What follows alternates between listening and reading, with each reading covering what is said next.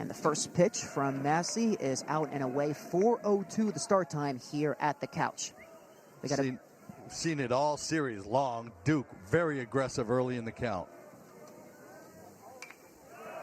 Out again. And Larry, we are still battling the weather here, even though we have sunny skies. 14-mile-an-hour winds to begin this game. Yeah, it looks like it's blowing out to right, too, which it usually does. And so there's a hopper. Gets over. Throw the first, and that is in plenty of time with Seaver King getting the start at short here today. First time he has started at short, Larry. Yeah, Merrick Houston tweaked a hamstring, running out a double earlier in the week, and wet, cold, rainy night last night and Friday night, and cold today, so he's getting a day off. And as a result, Cam Nelson goes out to center, and that was a mid-game change. As Ben Miller swings on his first pitch, it goes out to left, and that's going to drop right in front of Winne. So it is Ben Miller who leads the ACC in doubles. He just gets the first there, but he is the first runner on for Duke. And he has just had an exceptional start to the season. He's been the guy carrying the offense for Duke, and it's been a really, really good offense. And that is hit number 29 on the season for Ben Miller, and it'll be Alex Stone. 345 team batting average is a little bit freaky when you're 14 games into the season. And Stone, the DH in this one, started behind home yesterday and Friday.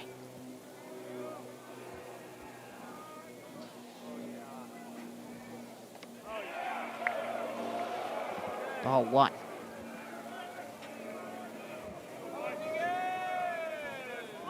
Alex Stone still chasing history.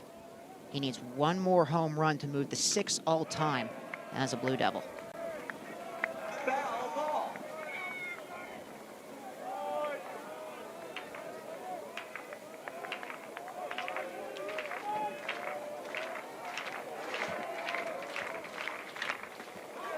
This is out to center. Nelson, with the sun in his eyes, comes over to make the catch for out number 2 to send Miller back to first. Tough sky, bright sun. And out for Michael Massey there, and Larry, he does like to mix things up, but I think for a lot of the Deeks, they like to throw that fastball. Kind of power everything, but fastball is his bread and butter. He's a high energy, as we mentioned. He's a high effort, high energy kind of guy. The slider and the curve complement each other very well. 0-1 for Logan Brother.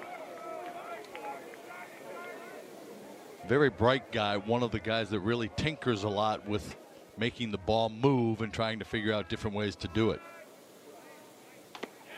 150 strikeouts for Michael Massey in his career. One of the transfers, transferred here from Tulane for the season, and he was a good force to be reckoned with a year ago.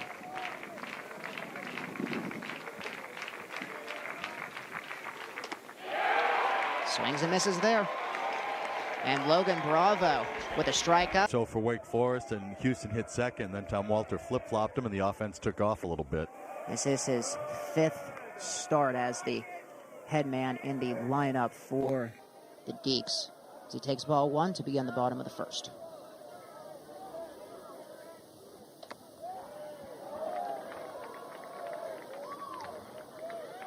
Kyle Johnson with 5 strikeouts against Akron and Northwestern. Got his first collegiate strikeout against George Mason last month for a total of 11 on the season, and Tellier takes a 1-2.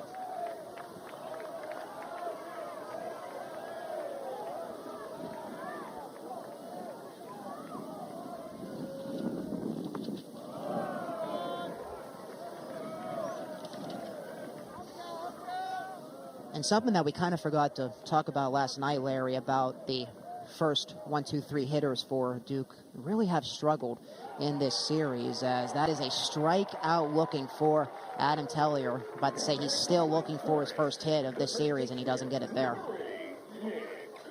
The fastball. He does like the fastball. And it will bring up Nick Kurtz. Why wouldn't you if you throw at 95?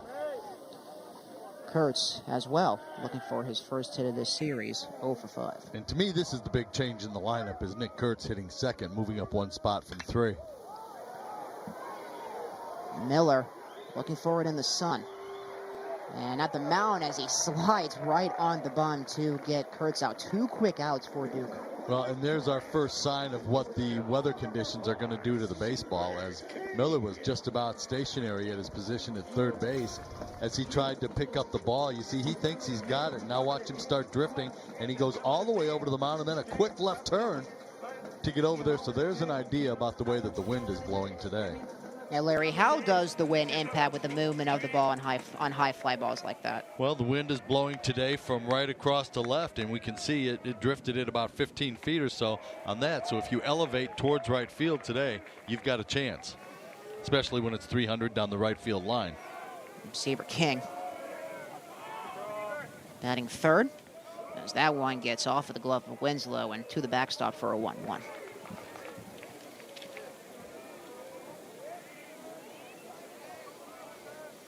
Seaver King with a home run in this series. That was on Friday night.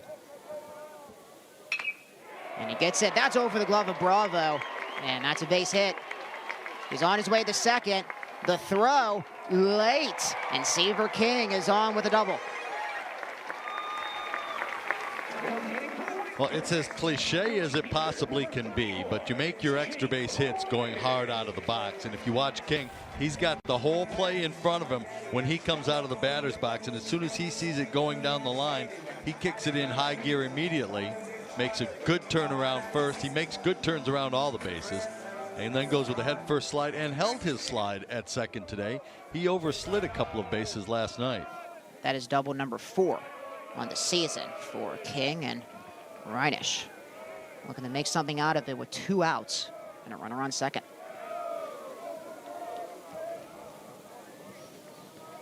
As the senior swings at the 1-0, and that is fair. King is on his way home. He'll get there easily. And Reinisch is on with a double. Back-to-back doubles for Wake Forest. And they take the lead in Game 3 of this series. It is 1-0.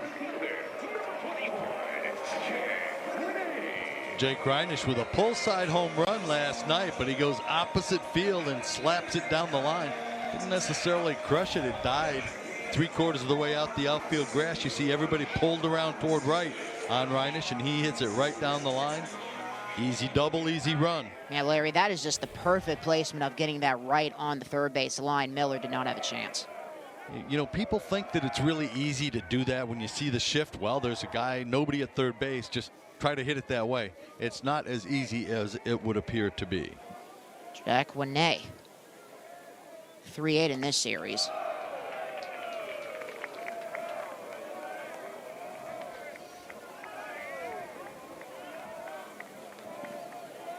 The Massachusetts masher can mash one to get some more runs on the board. Didn't go there, and he gets ahead of the count.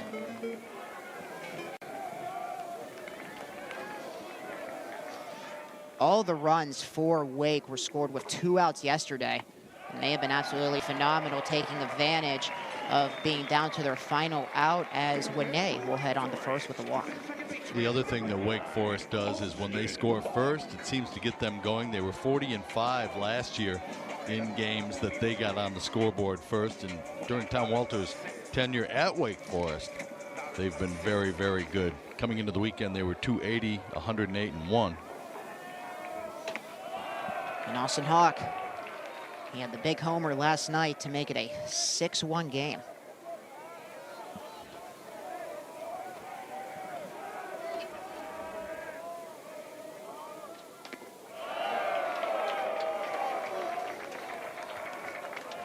And Kyle Johnson hasn't thrown a strike in a while, as there will be a conversation here for Johnson and Larry.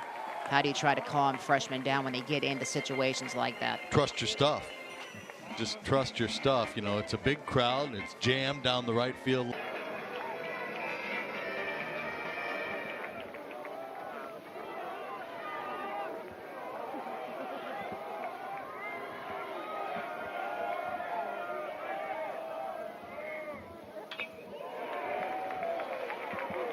Foul ball for Hawk. Now, having said all that, that doesn't mean just throw it down the middle and hope for the best.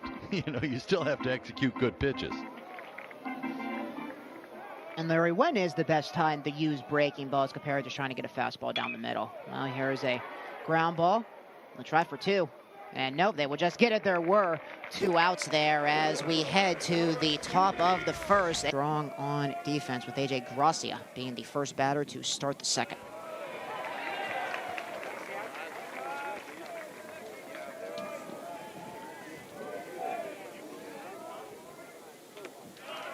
And it's a quick 0-2. Pound a fastball in and then backdoor a breaking ball. Now you've got Garcia wondering what's coming now.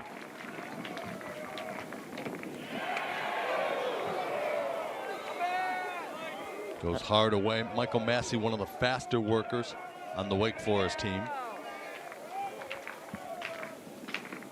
22 strikeouts on the season for Massey. Did he go? Yes, he did.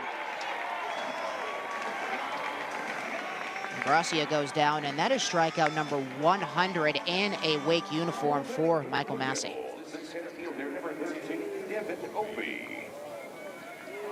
Devin Obie stepping up, and Chris Pollard, a phenomenal turnaround for this Blue Devil team from Appalachian State, coming over to Durham and getting them to the Super Regionals a year ago.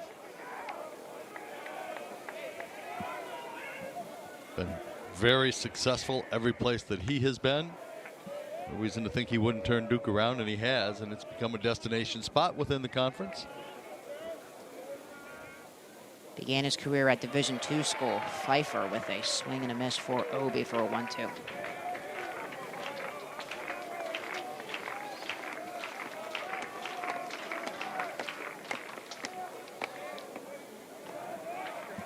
Two now for Obie. 5 homers on the season. Starting center fielder.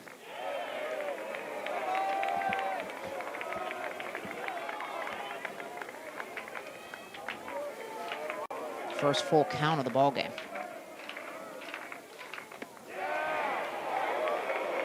And Obie with the free base the first. I think Massey thought that he had a good job by Obie laying off of it. Went with a breaking ball on 3-2. Interesting.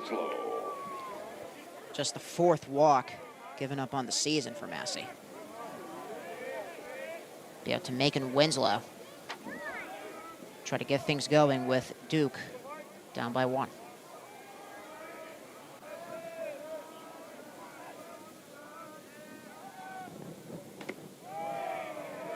And it's ball 1 to start the at-bat.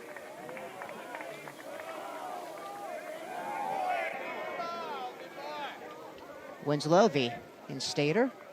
Freshman getting the start behind the dish here for this game. Glimpse of the future for Duke. Freshmen 60 feet away from each other. He started in left last night.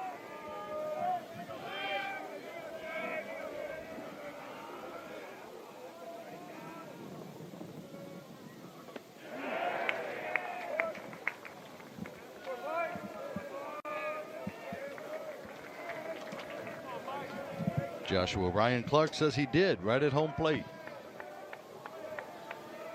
Micah Holman is the first base umpire. Linus Baker is at second, and Wilson Rayner at third.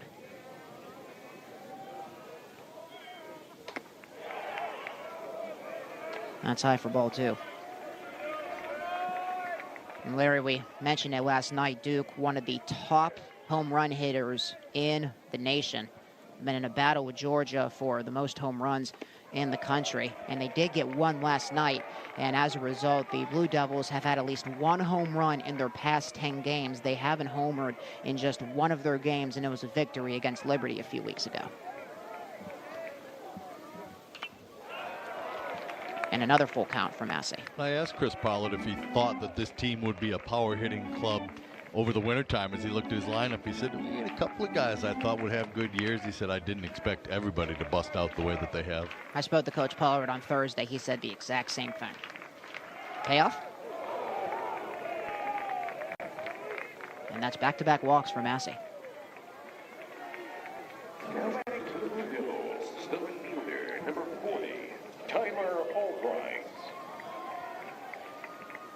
going to bring up Tyler Albright, sophomore. 7th start on the season. He's been in and out of this Duke lineup, getting the start in left this afternoon.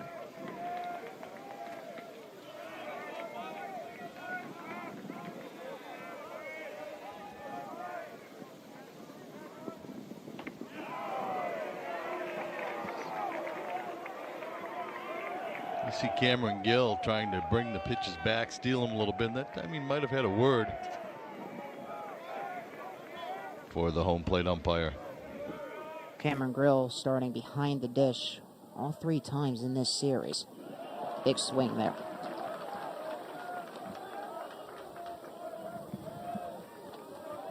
Tate Ballestero once again the DH. They'll switch off a little bit more as the season goes on. That's high. And he goes for the strike. Couldn't hold up.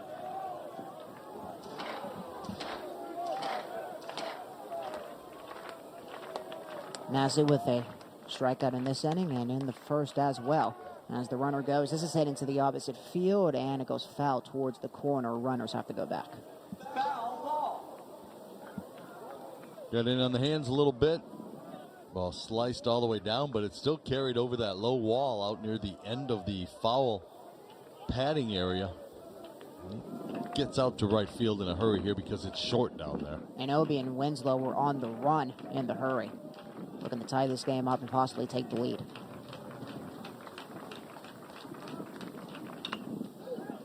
Up the middle. Might be able to turn 2. Here's the throw, and that gets away from Kurtz, and the runner is going to score to tie the game.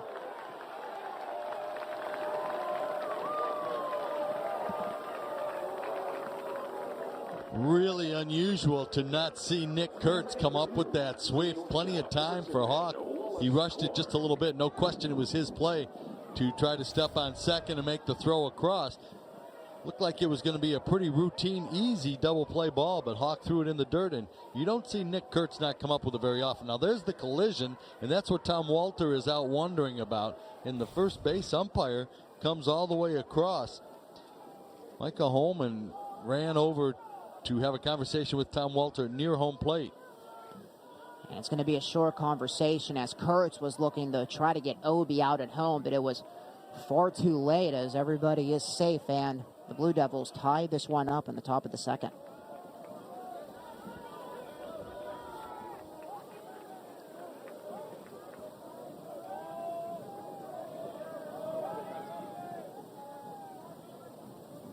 Well, it's Clark. A big night with the home run last night. Well, on that play, you've got to give a lot of credit to Ty Blankmeyer, the Duke third base coach who was with Wake Forest a couple of years ago. A lot of friendly rivalry going on there in the coaching staff, and he was waving the whole way. When he saw the ball go in the dirt, he was waving the whole way. It just shows, Larry, how much of a small world baseball really is. Yeah, no question about that.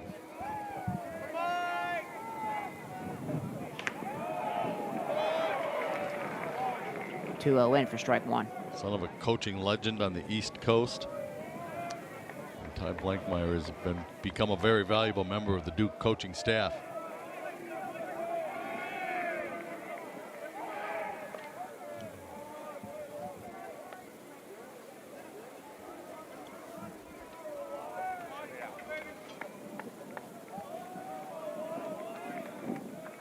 Blue Devils not going away lightly. They tie this one up, and they got runners on the corners with 2 outs.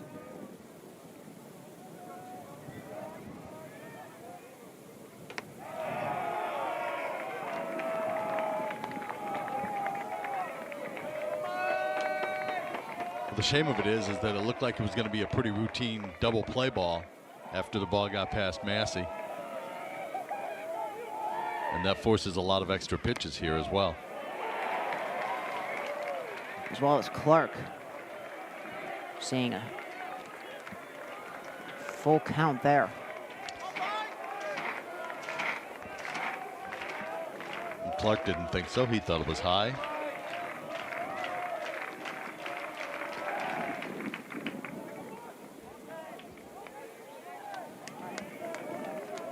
3-2, 2 out.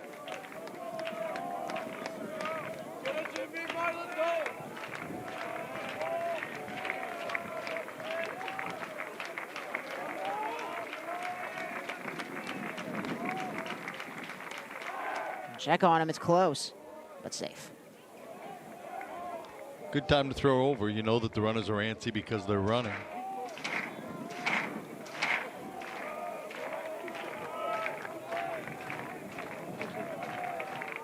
Payoff coming as the runner goes. And Clark on at first with a walk.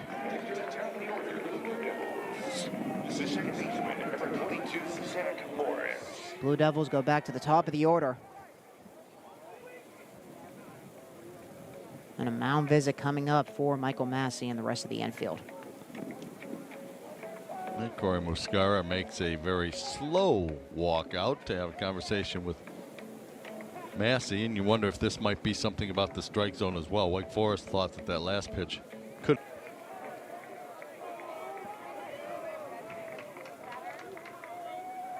Duke returns to the top of the order.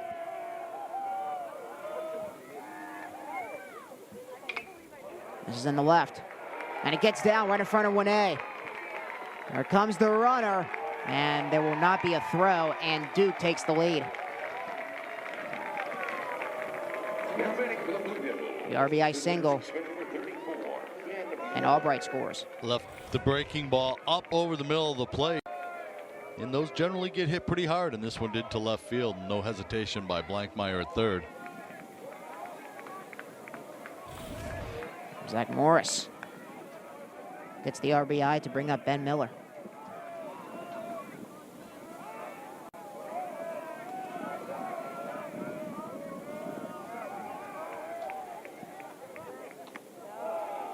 Inside pitches. Gill has to stand up to make sure he keeps control. Might not have been exactly where Gill was expecting that ball, so he kind of swept it away from the plate area. Ben Miller getting the first hit of the ball game in the first.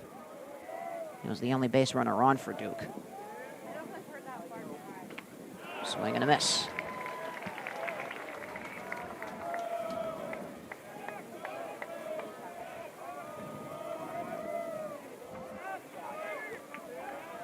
Blue Devils down 1-0. Start the inning. They claw back, taking the lead. Another big swing there for strike two. It's a big swing and it's strike two, but it's not a great pitch. It's another breaking ball up over the middle part of the plate. Nice suave for Ben Miller with 2 outs, 2 runners on. Out of play. And Larry, it just goes back to that double play ball that the Deeks were looking for with that wide throw as Hawk tried to send it over the Kurtz.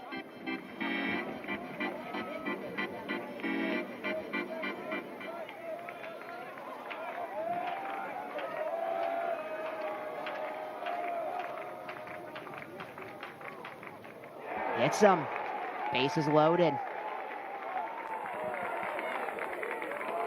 Well, sometimes the breaking ball just slips out of your hand and it doesn't react the way that you want to. You didn't get it finished off. Won't hurt much, 82 miles per hour, but he plunked him. Now you're in big trouble and your pitch count's growing. Wallace Clark, 90 feet away from making this a 3-1 game, and Duke can add on much more. See what Alex Stone can do.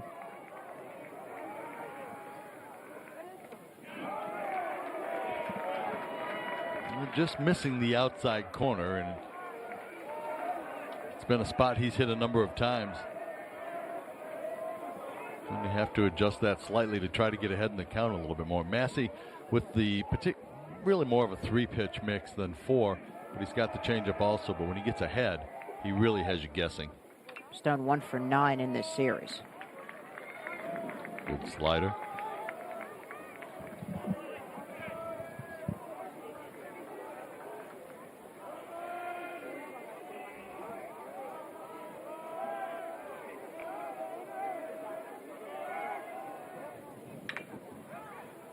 On the ground, and foul.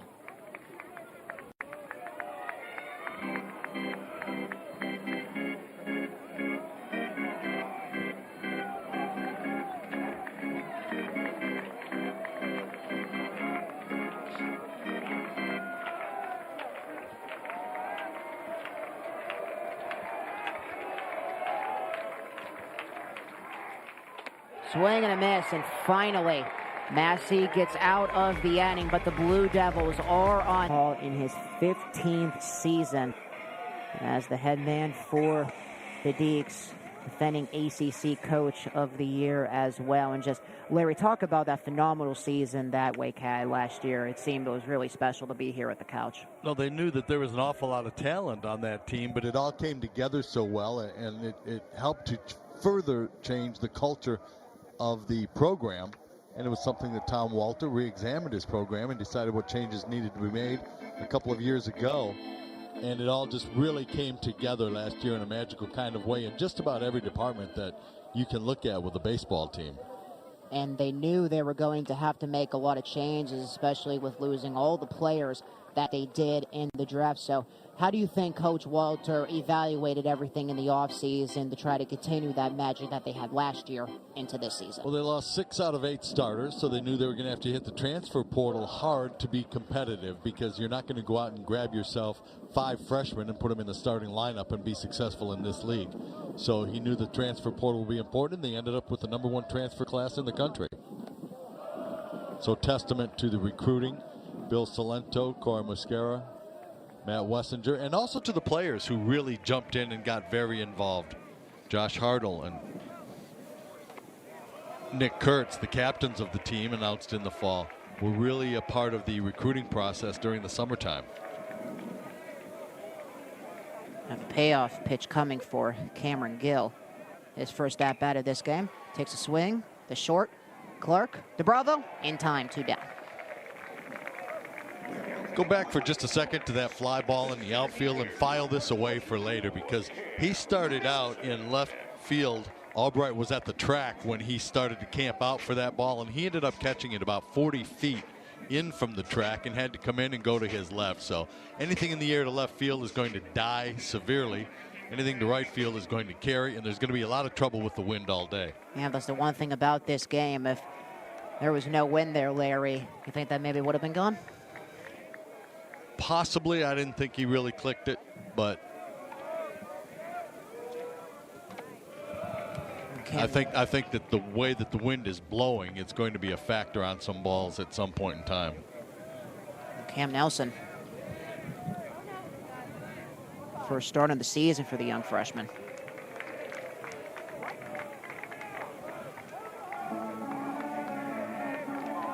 Nelson with just a hit coming into this series.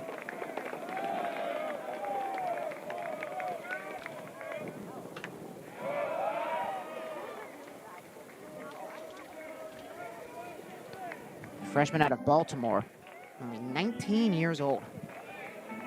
Have big shoes to fill with Merrick Houston out of the lineup. And that is down the line and foul as Bravo sends it back to Johnson.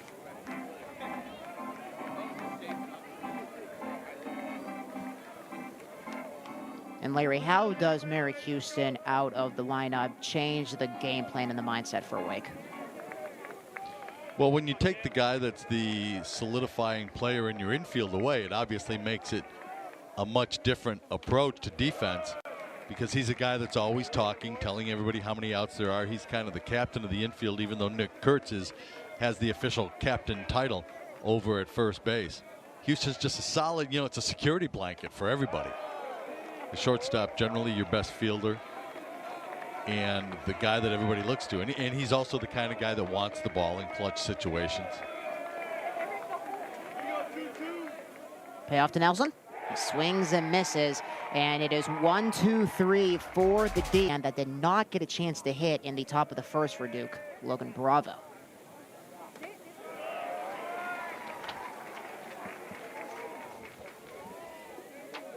Eight batters getting a chance to step onto the dish, Larry, in that big inning that gave Duke the lead.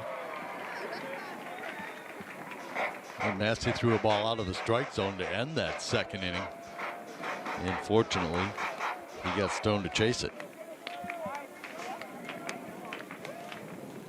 3 strikeouts for Massey, including getting Bravo to end the top half of the first. Logan Bravo, one of the Ivy League transfers on this Duke squad.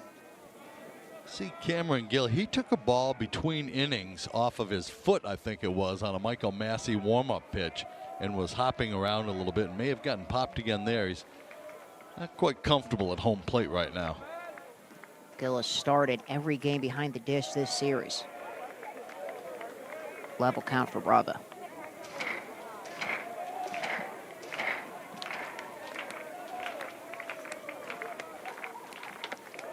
Full count.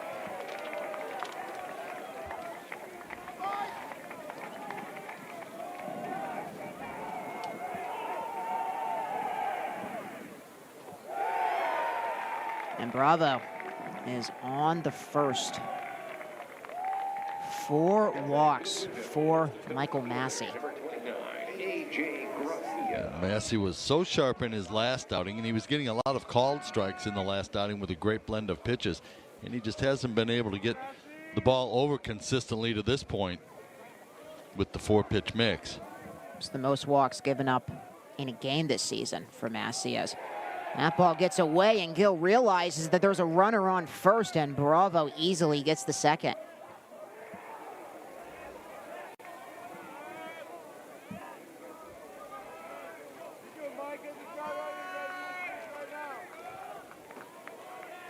Not much good rhythm to this game for Wake Forest at the moment. Duke Blue Devils looking for their first series win against the #1 ranked team in the country since 2009. And it was against another ACC foe, their arch rivals, the UNC Tar Heels.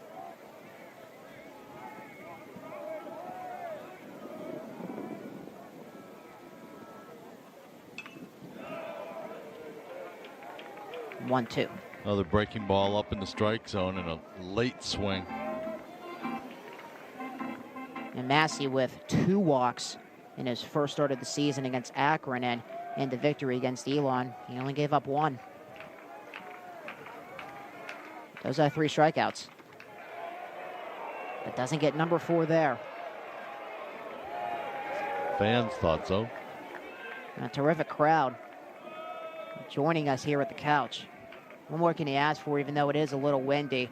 Finally get a beautiful day after Mother Nature not being so kind to us yesterday and Friday, as he swings on the breaking ball, and that is in the right for a base hit. As Bravo will be held up at third. He was thinking about scoring, but instead it is runners on the corners for the Blue Devils and nobody out. Well, Kurtz covers so much ground over at first base that Bravo had to hold up just a little bit to make sure that that ball got through past the big first baseman. Once it did, Ty Blankmeyer started off waving him in and then quickly put the brakes on him when Reinisch got there a little bit quicker. Tom Walter out to the mound, and he's had LeFew in the bullpen, getting the call out of the bullpen early. And the first pitch he throws to Obi as a strike. And he struggled some in his last outing. He went 2 1/3 against Georgetown. 4 hits and 5 runs. And it's a quick 0-2 on the tip. Now, the other thing that you do here, though, is you flip the lineup a little bit, because Duke went heavy on the right side against the right-hander. And Tom Walter goes left. Gracia with his first hit as well since the 2-run homer game that he had on Friday. He's on a first, and Bravo to third, and an 0-2 back to Obi, who walked his last time up in the second. That gets away. Here comes the runner, and it's a 3-1 lead for the Blue Devils as Bravo jogs back to the dugout, touching home. Well, Wake Forest, with the much publicized pitching staff, has had some difficulties this weekend against Duke, who came in with a big offense. 2 of the 3 starters failed to get in past the second inning. Well, Hardo went 3 1/3 on Friday night. And that is a strikeout looking to Obi after the wild pitch, 1 down as Gracia goes to second to bring up Macon Winslow. So the bullpen, both bullpens taxed a little bit in this last game.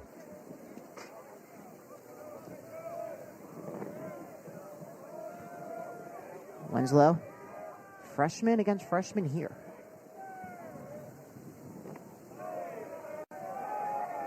Starts him off speed. And Wade trying to stop the bleeding, and for Duke, they want to continue it, and that's exactly what they did, going ahead by 2. Inside, and LeFew does not get that.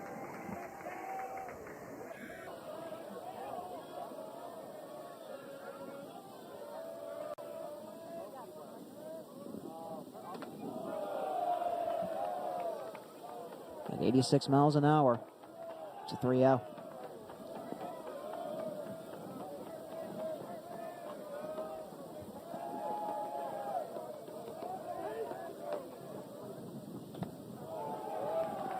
And it's a 4-pitch walk to Winslow. Not very much around the strike zone. Tyler Albright reaching on the fielder's choice in the second on that attempted double play that got Duke back into this game.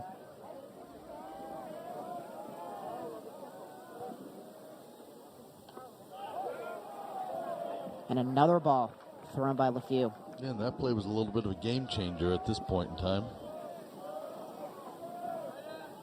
Got Duke on the board. Get that 2-run sense. And that one gets off of the glove of Gill, and once again, a runner 90 feet away to score for Duke as Winslow goes to second. And there has got to be a mound visit here, Larry. Well, Corey Muscara comes out and he swings the entire infield in with his arms. He calls everybody before he ever gets to the foul. Error was a big one. And Corey Muscara is trying to light a fire as he walked out. And a 2-1. Seems it's the first strike on the board in a while. It all starts with the pace the pitcher sets. You know, if he's throwing strikes and he's working quickly, everybody gets into the game and things flow very smoothly defensively. When you're behind in the count a lot and guys are standing around and you start looking down at your shoes and the game slows down. One more ball, bases loaded. And that's tipped for a full count.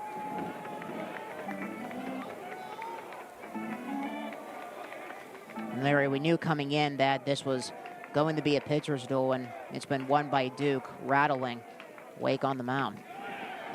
And that's a strikeout looking. Albright thought he had it. 2 down to bring up Wallace Clark. Well, he does the little jump, but sometimes you do that just because you were fooled. You see the Gill sets up a little bit outside and reaches across the plate, but it did look like it crossed home. Big out for Wake Forest. And that one just gets off of Gill, but Gracia stays at third. Duke almost coming home to make it a 4-1 game.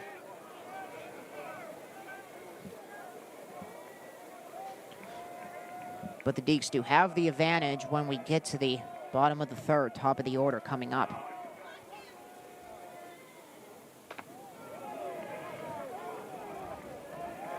Yeah, the question is, can they keep it a 3-1 game, or does Duke figure out a way to get a couple more guys in? Over.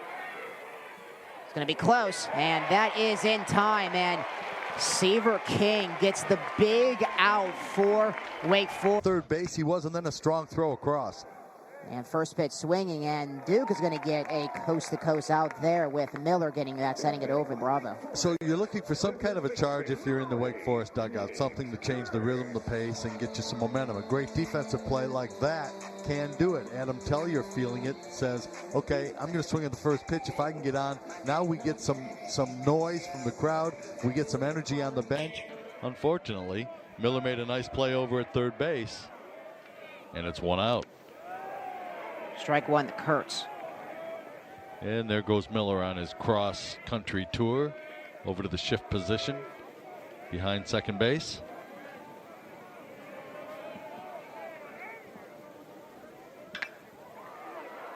Now towards center. Obi backpedals just a few feet, and he gets under it. And once again, Larry, 2 quick outs for Wake Forest. If they get one more out, they'll go down 1-2-3 for the second straight inning. Well, Wake Forest trying to change the pace offensively then by swinging and being more aggressive in the count. Just missed that ball. Still hit it about 385 feet, 90 feet. And it'll be up to Seaver King, who got the first base hit of the ballgame for Wake Forest with a double in the first. He's been the only base runner to touch home as well. He swings, and he gets on the ground, throw the first, and once again, it is a 8 batters were up for Duke in the second. 6 an inning ago. Ball 1 to Ben Miller.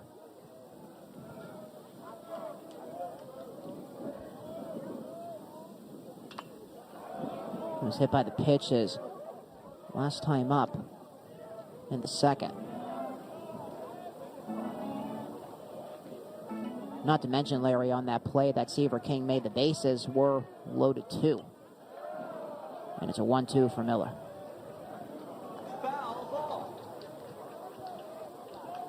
Well, Duke came into this game averaging exactly 10 runs per game. 140 runs scored in 14 games. And that one will split the outfielders in the center for a base hit, the second single of the afternoon for Ben Miller. A few reached for the line drive, but just a little bit late. Alex Stone. 0 for 2 in this one.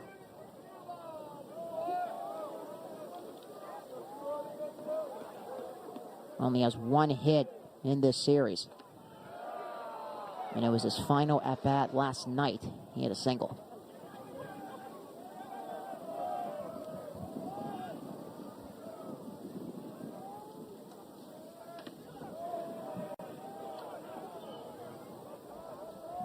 We talked about how much of a big deal this game means for both teams, and if Duke can win this one, then it will show that they deserve to be one of the top 10 teams in the country when the new rankings come out tomorrow.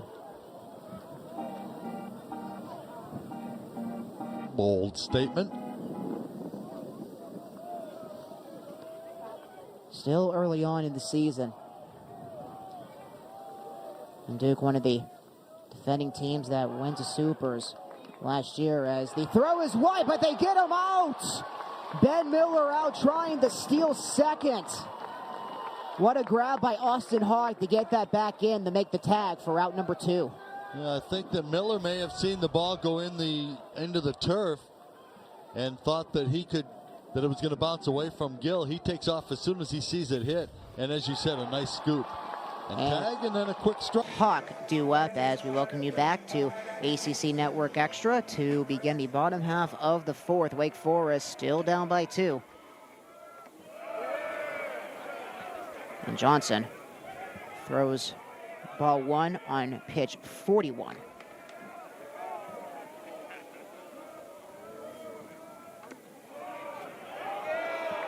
(1-1), and the good crowd that came to the couch not excited about that call.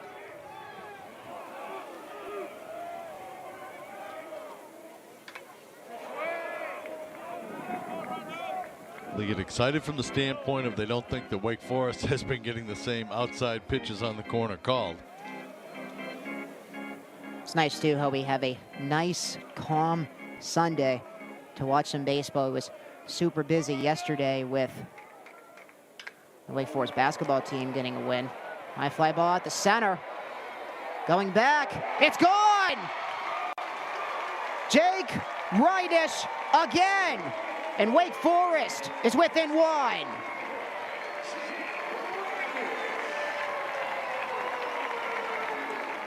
Well, that's the Jake Reinisch that Wake Forest fans remembered.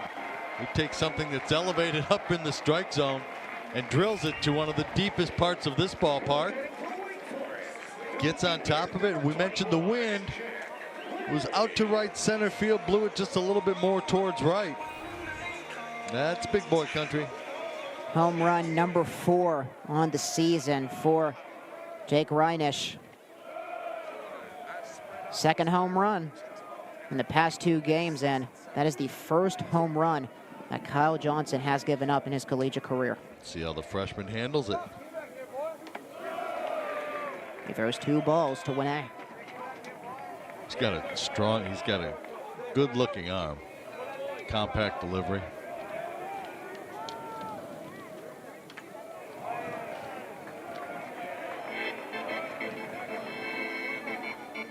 The Deacs with the break that they were looking for.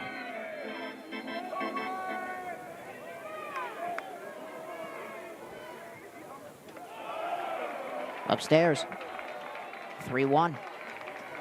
A little bit of activity in the Duke bullpen, but it's people just loosening up. Not throwing yet, just stretching. Winay swings on the 3-1 to move it to a full count. The fastball at 91, he was thinking, let's try to tie the ball game one time. He's got good power the opposite way, left center field. It's where his strength is. Keeps the at-bat going. Winay was walked in the first. Looking for his 4th hit of this series.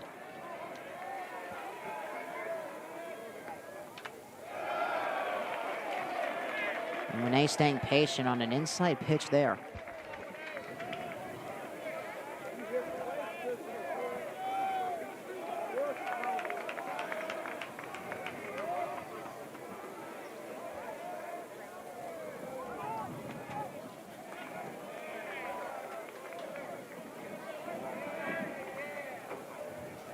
Time called by home plate umpire Joshua Ryan Clark. They call a ball there for.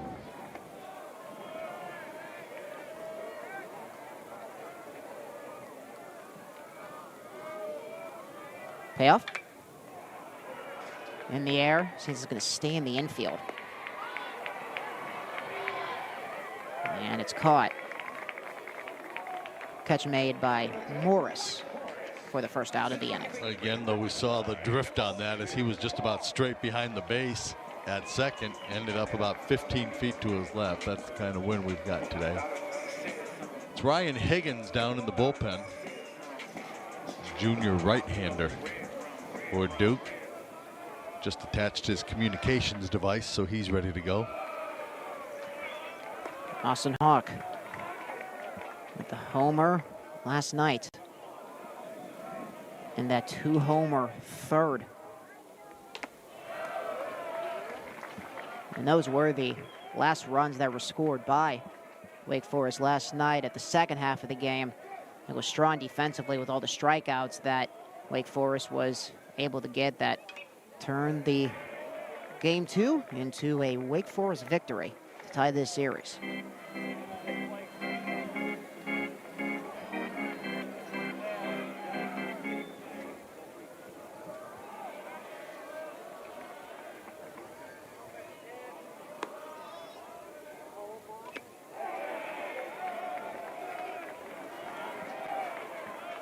Tips that one for a 2-2. Hawk grounded it out to end the first.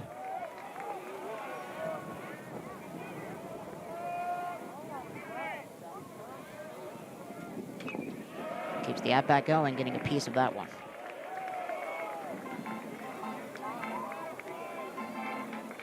defense swings around to right field a little bit for Hawk. Good sized gap in right center, but a lot of room down the left field line. Not much of a pull hitter. And it's a full count. Not so sure Hawk didn't think that was a strike too, as he hesitated backing away for a second. Johnson was off the mound. The Hawk takes it.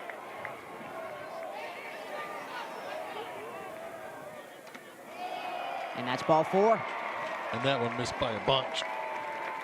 That's a no-doubter on the ball there.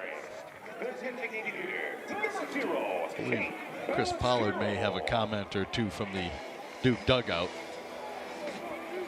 And Ryan Clark looks over. Still looking over. And Chris Pollard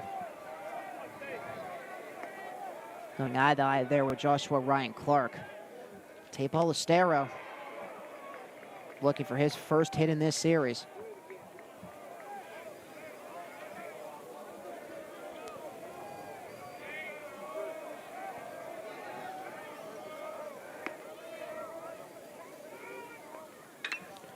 Gets this one into the air, the center. But Obi will have plenty of room to get this one, and he makes the catch for out number 2.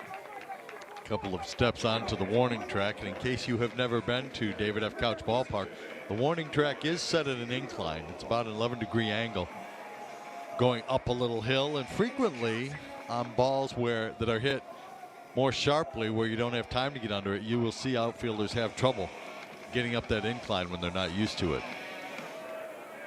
And the lines, different lengths, 300 in right, 310 at the corner and left. Cameron Gill, 0 for 1.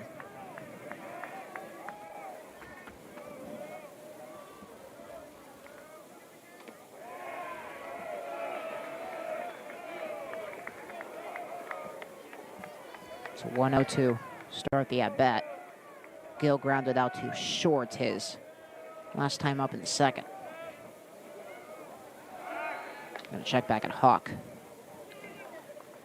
And now Larry, like, as a pitcher, it just seems like it's only a matter of time before you give up your first home run. I think it pretty much happens to everybody. Yeah, at some point in time you give up a home run. He's bounced back from it, but pitch count getting up there. Again, this is just his second start of the season.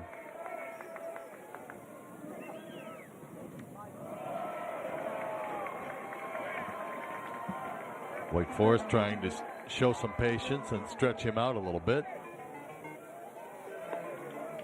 Get into what they hope will be a depleted Duke bullpen. Johnson with 3 victories on the season. And it's strike 1. We'll say that the strike zone seems to be moving around quite a bit, both sides here today.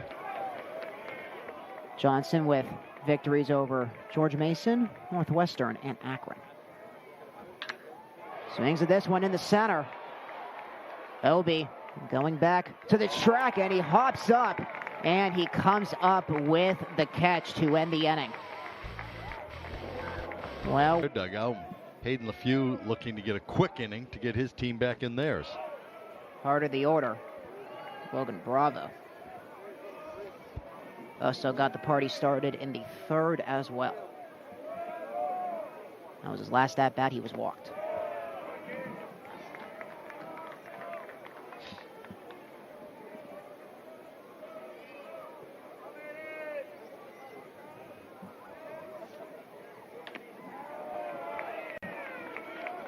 Three straight pitches, and it's a 3-0.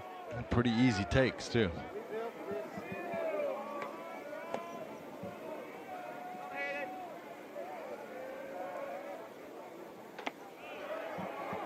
Doesn't bother swinging, and it results in a 3-1.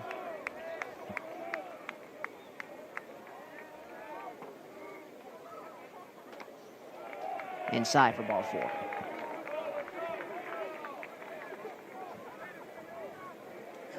Brings up A.J. Gracia,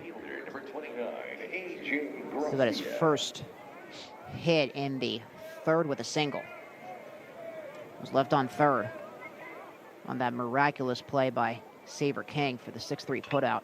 And this is going to be a high fly ball out to right. But Reinisch, he drops it! Reinisch drops it into right. And that puts Bravo to second, and Gracia, surprisingly, goes to first. Well, Reinisch got the hand up a little bit late to try to block the sun out. You could see he lost it. Then he started back, realized he was a little bit too shallow. He drifted in as he was going to his left. Got the ball in the glove, but it popped out. Just ran up the leather out of the glove. That'll be the second error of the day for Wake Forest. Still nobody out to bring up Devin Obie.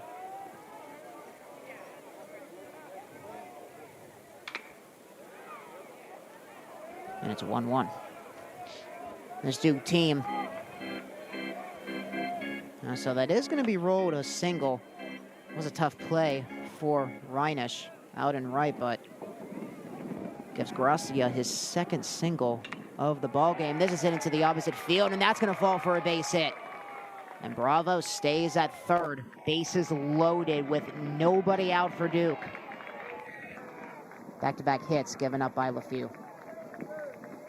There is activity in the Wake Forest bullpen, and that ball was hit very sharply on the line. No chance for Reinisch to do anything about that. LeFew in big trouble.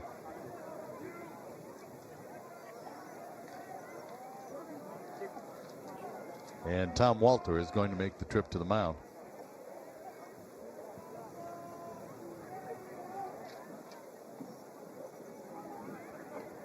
And he makes the sign of the bullpen. So LeFew is done. Walked his first two times up in this game.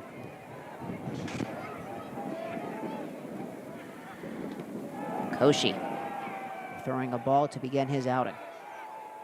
Big moment. 2 innings for LeFew. Giving up 3 hits. He did have 3 strikeouts and 2 walks.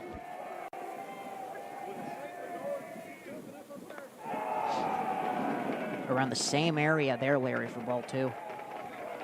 LeFew, of course, responsible for everybody on base, and it's time to regroup, try not to overthrow. Easy thing to say, harder thing to do for a freshman whose blood is going about 1,000 miles a minute right now. Not to mention he came in with nobody out.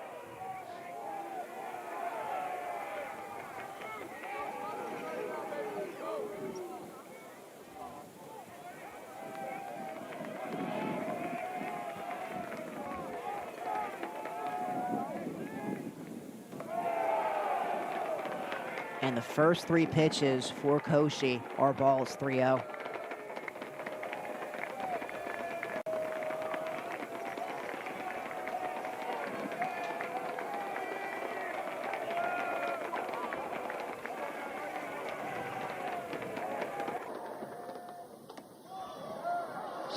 First strike for Koshi.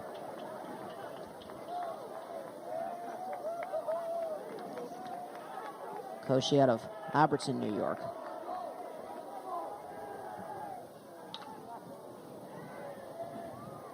Goes to Winay. Makes the catch. Bravo tags up. And a nice throw in by Rene to keep Bravo at third.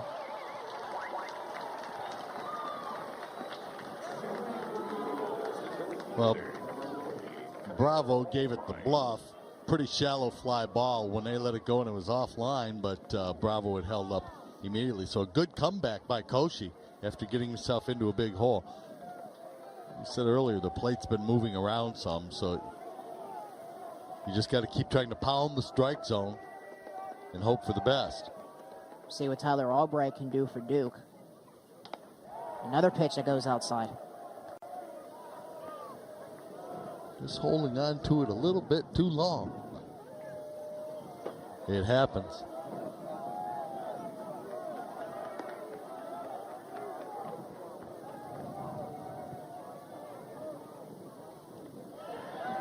One. Duke team went the Supers last year, losing to Virginia. looking to go to Omaha for the first time since 1961. They've had 3 appearances at the World Series. Albright turned and really tried to just let that ball hit him and graze him sometime, but it was the breaking ball from Cauchy and had just enough spin to get away from his body.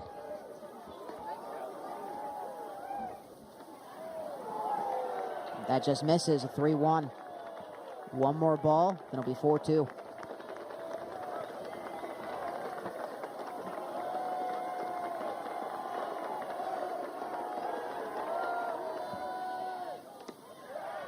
And it is.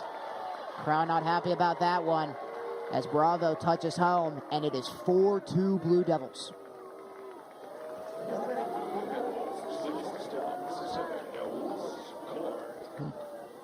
Seventh walk of the game for Wake Forest, a team that prides itself on its control and on its pitching staff, but they're down to a couple of freshmen, and now Tom Walter coming out of the dugout one more time.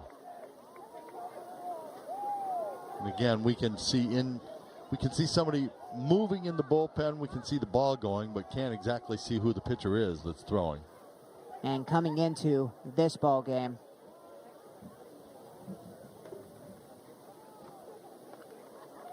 as we are going to go away here with the mound visit for first batter, we'll see, is Wallace Clark. Bases still loaded for Duke with only 1 out. On his first pitch, it's ball 1. Got a live arm.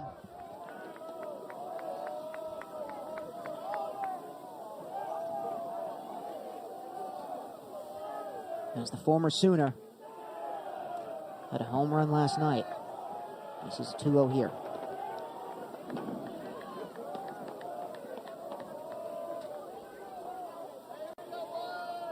He was an all Big 12 freshman in 2022. And a nice save by Gill to keep Gracia at third. That ball go behind him?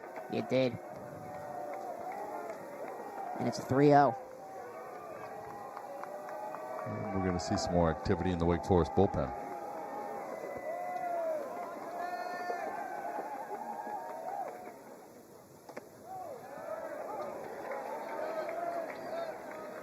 And a much-needed strike, to say the least.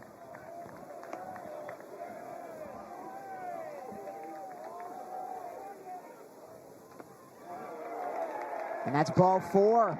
Gracia will touch home. And it's 5-2 Blue Devils.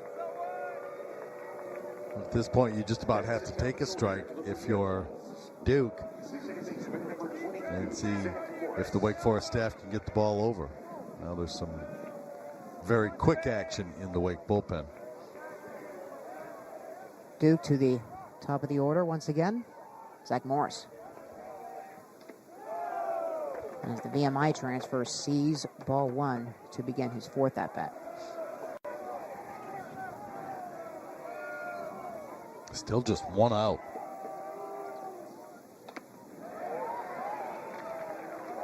A swing and a miss for the grad transfer.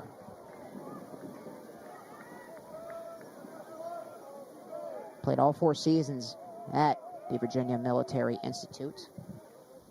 Was a true freshman. And he gets ahead of the count here, 2-1.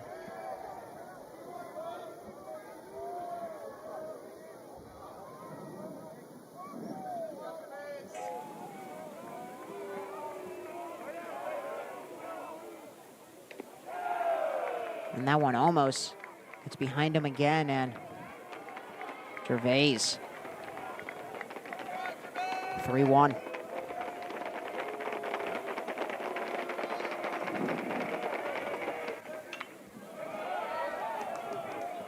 And that moves the count to full.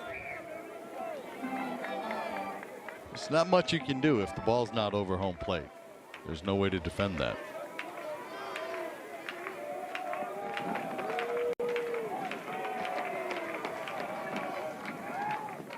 Swing and a miss. And the Deeks get a much-needed strikeout. And that's the 2nd out of the inning. A little conversation between Miller and Morris about what the baseball's doing when it comes out of the hand of Gervais. It's the third strikeout on the year for the sophomore. See if Miller gets aggressive. It's the kind of hitter that he is. He's gone on base all 3 times in this one.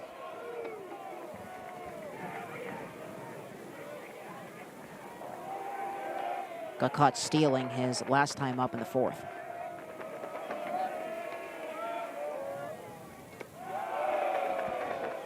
And on 2 pitches, 2 balls. Well, Miller this year has only seen 2.85 pitches per plate appearance and swings at the first pitch 55% of the time, which is the highest rate on the Duke team. But with a wild, tall left-hander on the mound, he's taking. He has 8 doubles on the season as well, one of the top in the ACC.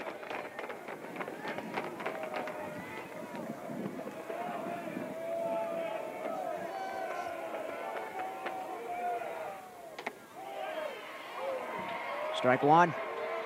Miller thinking he had his 4th walk on the year.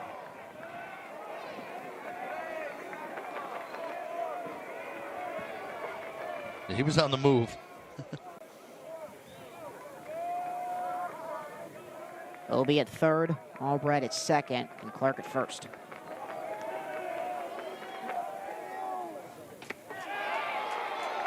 And that is ball 4. Another walk in this inning for Wake, and Obi touches home to make it 6-2.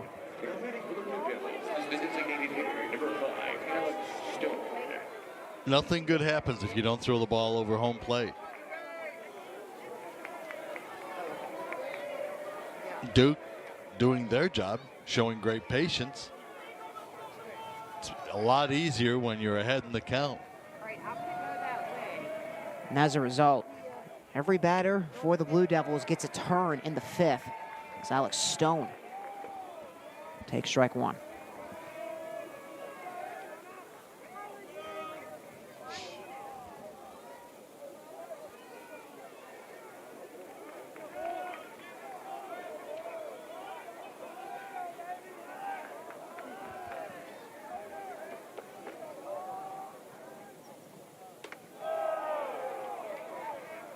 That one almost getting away from Gill. 9 walks in this ball game for Wake Forest.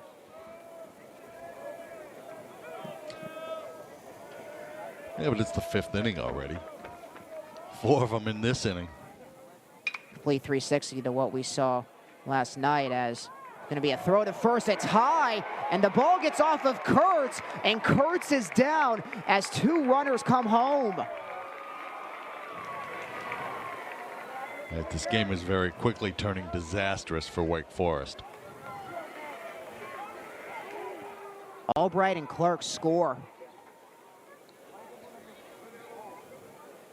And Hawk having second thoughts. He was going to tag second, but he tried to get the throw to Kurtz. Yeah, he thought that he was going to go for the flip to second base, but Seaver King wasn't getting over there in time, so he had to readjust, and he made a throw over to first, and it was high. Kurtz has had trouble with his shoulders before and with some injuries. And a great deal of concern right now as Jeff Strom, the Wake Forest athletic trainer, tries to figure out exactly what the problem is. He went up high with the glove hand, came down and tried to make the tag, and you can see that it's the shoulder area. Always a dangerous play for the first baseman as they try to make the sweep and the runner runs by.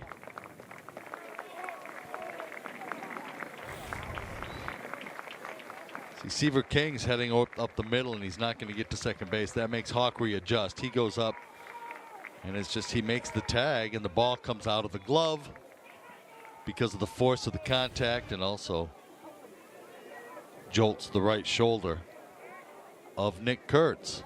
So just about everything bad that can happen on one play happened right there to Wake Forest. And Tom Walter came on to talk as well, and they're going to take a look at this play. And Kurtz having to readjust to try to make the tag to get Stone out, and Stone running at 100 miles an hour trying to beat out the throw. Don't know if they're going to look at the position that Stone was in when they made contact. I mean, you could see the ball come out of the glove. The question is, how long did he have it? Not sure exactly what you can appeal, what you're going to appeal on this play. As we saw the ball come out of the glove, didn't seem like he had it long enough. Maybe they're questioning where Stone was, if he was inside the baseline. It's good to see that Kurtz able to stay in the game. From our first look right there, it looked like he was right on the line. His foot appeared to hit the outer part of the base, well, right in the middle of the base. He is, left foot's just inside the line there, so not in the chute, but not really in the field of play. I'd be pretty surprised if they overturned this play.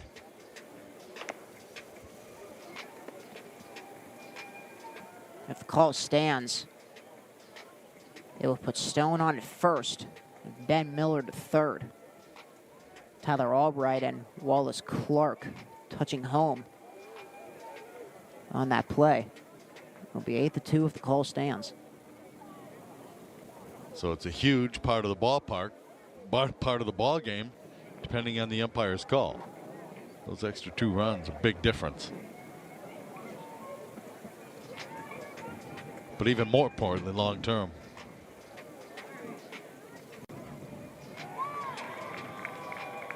Call stands and everything stays the same. Runner is safe at first base as the play was called originally.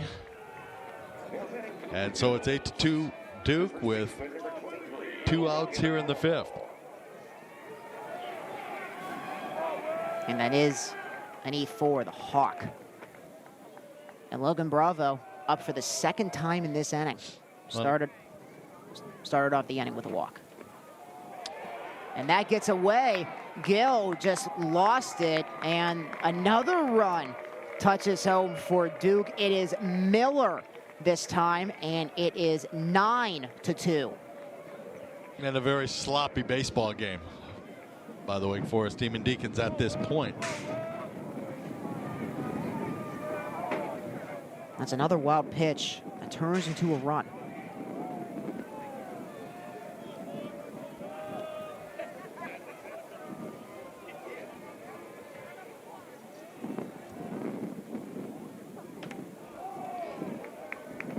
You talk about the little things that turn a game around. Merrick Houston, the regular shortstop, out of the game with 2 outs.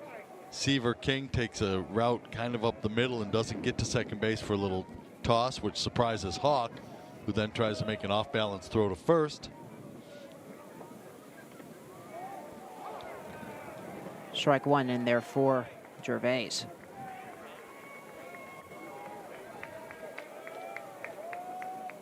And it's frustrating as a defense knowing that you see a batter for the second time in 1 inning. Level count for Bravo, 2-2.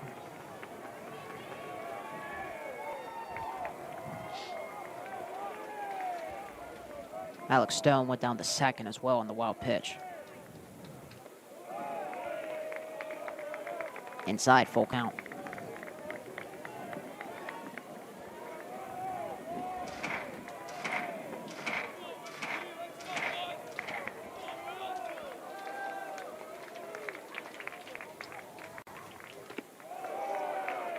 And the inning continues.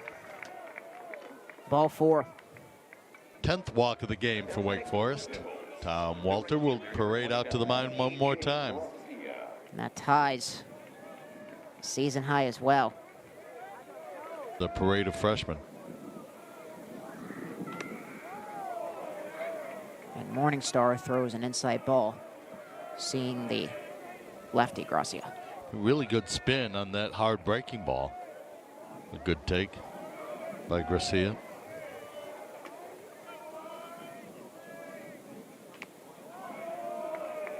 Blake, come on, baby. Come, Blake. Right in there, Blake. Come on now. Come on, Blake. Come on, Blake. Let's go, 4.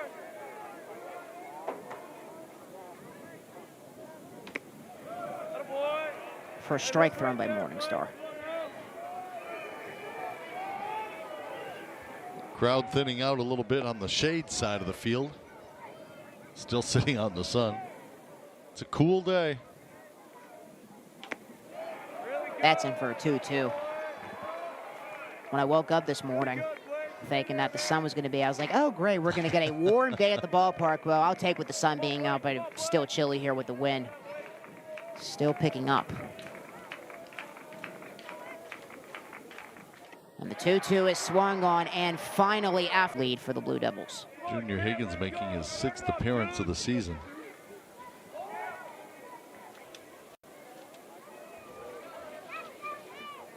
And we're going to have a communications failure. Come on, Cam, let's go, dude. Higgins, he appeared in 18 games a season ago, posting a 4.04 ERA. A lot of experience last year, pitching 42 and third innings. He had 32 strikeouts a season ago.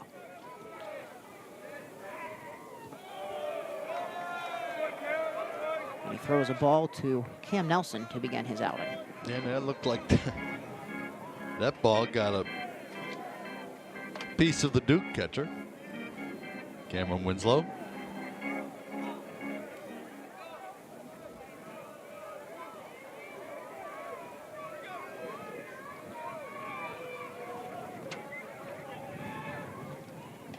Excuse me, Macon Winslow.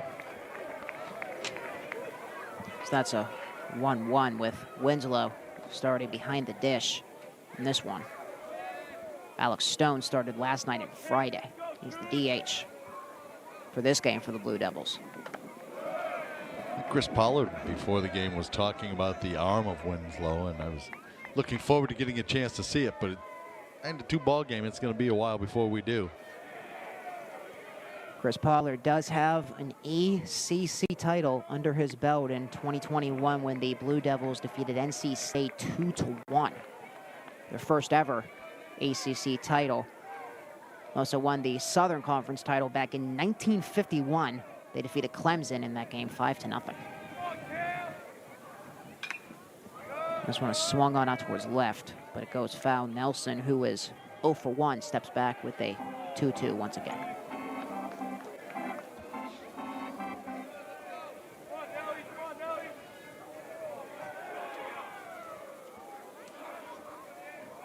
In that 2021 campaign when Duke won the ACC title, they were eliminated by Liberty in the regionals. That pitch almost hitting Nelson, moving it to a full count. And Larry, there's just so many moving parts that Wake Forest needs to get going to get back into this one. But what do you think the major piece of what the Deacs need to do to get back? And there's a good start there with a walk to Cam Nelson to begin the bottom of the 5th. Base runners. Base runners. So you're going to have walks or errors contribute to a big inning somewhere in order to get this game back in. And that first walk gets somebody going again. And there you see what the Duke bullpen has done. 0 runs out of the bullpen to this point. 11 strikeouts and 5 walks. So they've been very good, but there's quickly stirring. Nobody throwing, but stirring. Only giving up 6 hits, as well as Wake Forest returns to the top of the order. Tellier looks to get things going.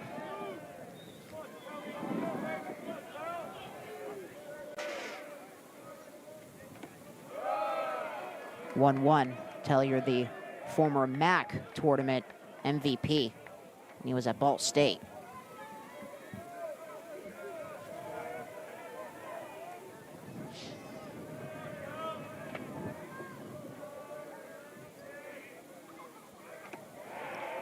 That one right back into the zone for strike 2.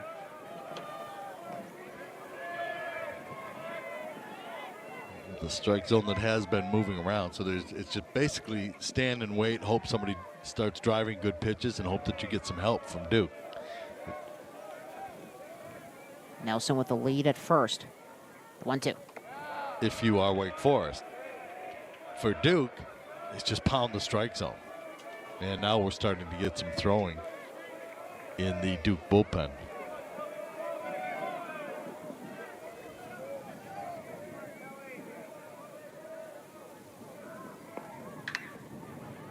that is into left for a base hit right off the glove of Miller.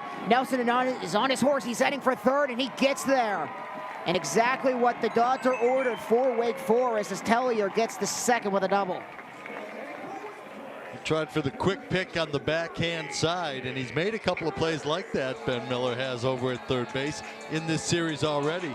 But that time he couldn't come up with it cleanly. He's not too happy with himself with his hands on his hips.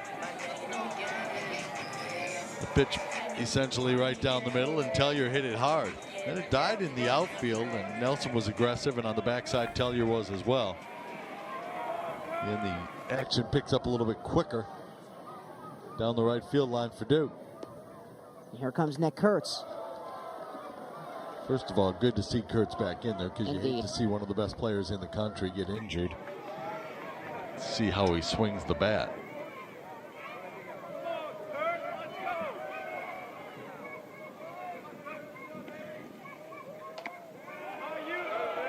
Just missing, ball two.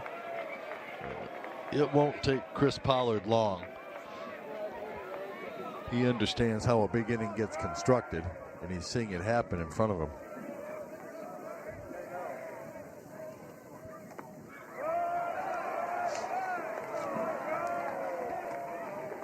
And Kurtz.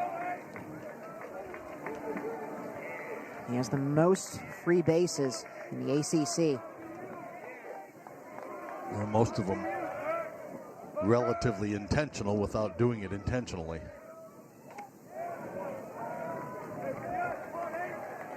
That one in for strike one on a big at-bat for Nick Kurtz. Gabriel Nard throwing in the bullpen for Duke. See how long Higgins can stay in. And here is a jam, and it is foul. Just to the right of the pole and right. Well, Matt Wessinger, the first base coach for Wake Forest, immediately went and pointed fair that it hooked around the pole. That would have been a pretty quick right turn to get around the pole and hit where it did on the building down the line. Once again, the wind playing a factor, and it's a full count for Kurtz. And he's walked. Bases loaded. I don't think the wind had much time to be a factor on that ball that was screaming off the bat. That was a triple-digit exit velocity, but Kurtz does a good job to take ball four, and the big thing is he swung the bat free and easy after dinging up his shoulder, and that's going to do it. And Chris Pollard taking no chances. Ryan Higgins coming in for Kyle Johnson. Well, we For Duke, only giving up a hit. He had 2 strikeouts and 2 walks. 7 batters. They show good stuff, too. Seaver King, who had a homer in the Duke victory, takes ball 1 to start. King with a double already, and that was the first base hit for Wake Forest in the first.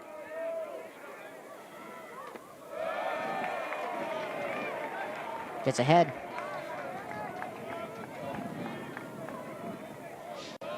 Now you got to make sure you don't swing at anything out of the strike zone and hope the umpire doesn't go crazy on you. And a 2-2 as that ball is fouled. He did. Wake Forest needs to make something out of this. Obviously, Duke hoping that Nard can be the answer.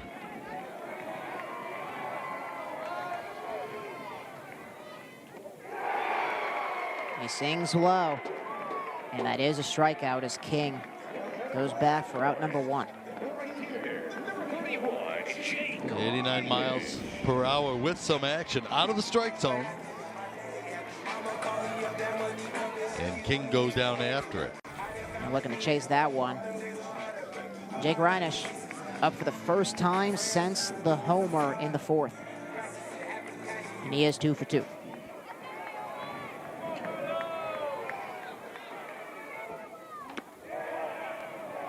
Ball 1 to start.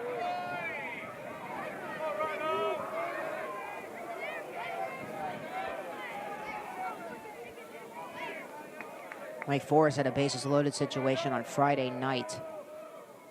Didn't turn into anything for them. Reinisch with a 2-0. Well, early in the season, you're trying to get everything worked out. Miami and Virginia played the other night. Miami was down 12-3 in the 7th. Won that game 16-12.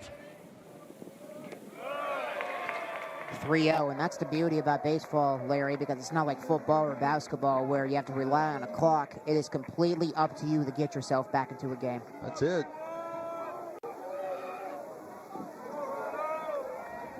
3 balls, no strikes to Reinisch. And strike 1 in order there. The thing to remember is that Charlie Bielenson, one of the top relievers in the country for Duke, it's 3 innings on Friday night, so it should be available today. Matter of fact, Chris Pollard said if they needed 1 or 2 outs, he might have gone yesterday, but they didn't. Blue Devils do have somebody warming up as well. Ball 4. Wake Forest gets a run in. Nelson scores.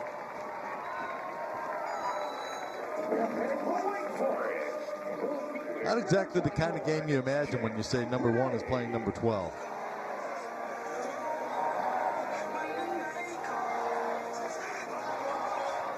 That is walk number 5 in the ball game for Duke. It's going to be up to Jack Winnay, 0 for 1. Pop up the second. His last time up in the 4th.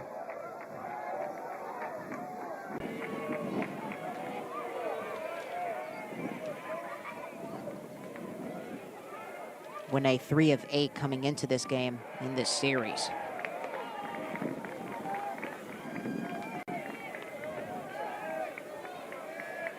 Deeks get a run. And this one is into, oh no, it is saved and right. And they're going to throw it to first, safe! Winnay is safe at first as Tellier touches home to make it 9-4.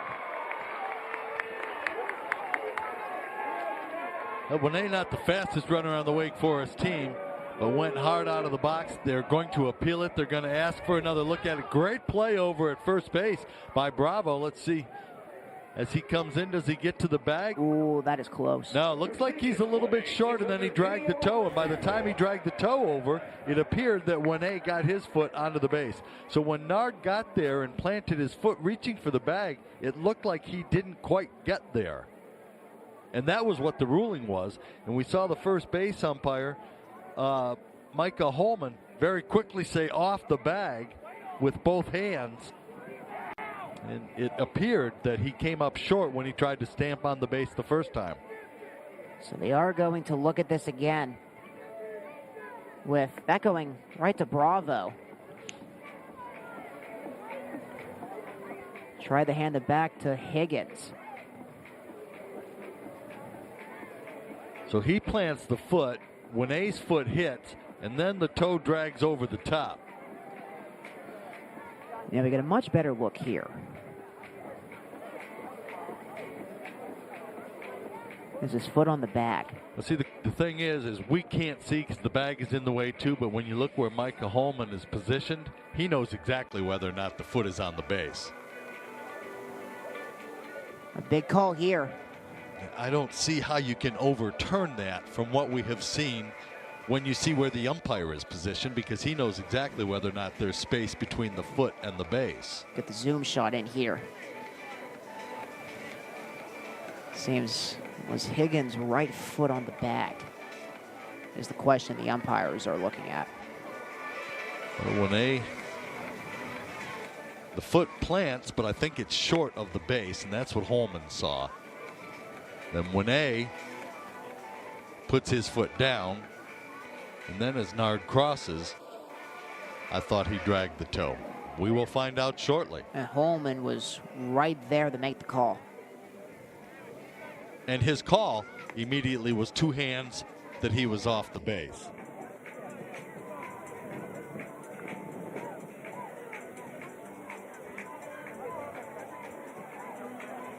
Got another big review here. See if Wake can stay in this one. But again, these are the views that the umpires are seeing. So you're seeing the same thing they are.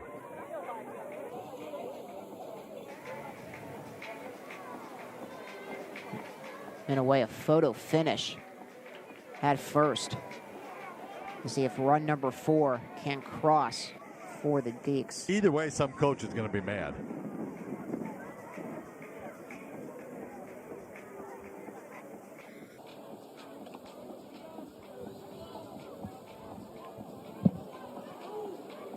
We have our decision. Safe. And Tellier crosses to make it 9-4. So the ruling is that the call stands.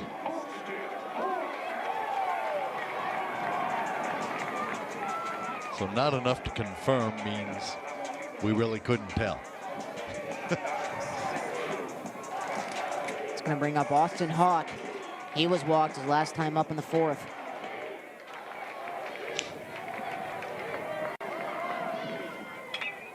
Swings on the first pitch. It's a bouncer. And they try to get him at second, and it is in time. But Kurtz scores.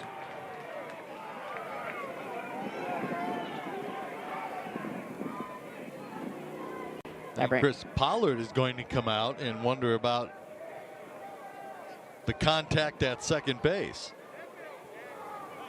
I mean, it was a slide straight into the base. Not exactly sure what the base runner is going to do because it was bang bang going into second. He starts his slide very early, barely makes it to the base, but the force was before he got there.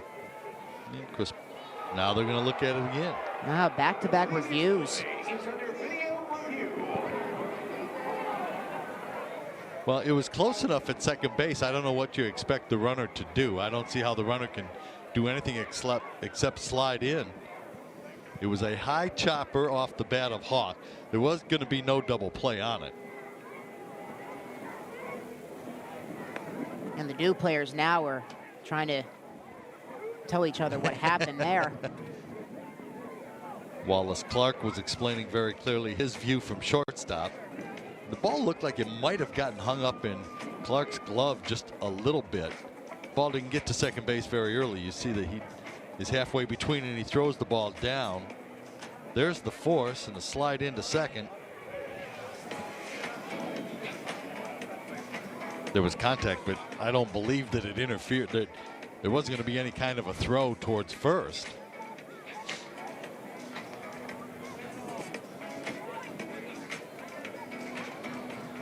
And we get a quick call here. And Renee is out. Out at second, and that's it. Now Tom Walter wants some kind of an explanation from his point of view. And he quickly shakes his head, so both coaches are satisfied, and Tom Walter also makes a pinch hitting move as he walks away from home plate. He's going to bring up Javar Williams, freshman out of Dartmouth, Massachusetts. Sub again for Baltestera. He got some playing time in left field late in last night's matchup. So that'll be a fielder's choice. But basically just the 2 pitches. He just tries to rear back and country hardball throw it by you. Out of Roseland, New Jersey. Sees Javar Williams. And he throws a strike on his first pitch. They got some country up there in New Jersey. Coming down south, plays college ball.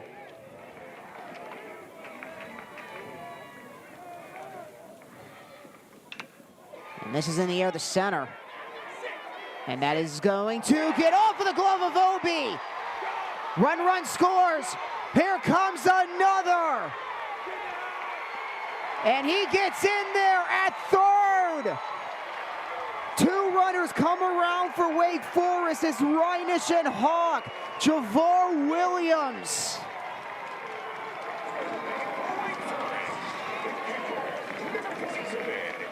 Just lifts one into the air in short right field. And again, let's remember that wind is blowing from left to right, so it's taking the ball away from the center fielder. Obi makes a great effort, extends himself fully, launches out, and you see the ball get into the glove for just a moment, pops out. And then it takes Duke a long time because the right fielder, Gracia, ran by him. And so it took a long time until somebody could retrieve the ball and throw it in.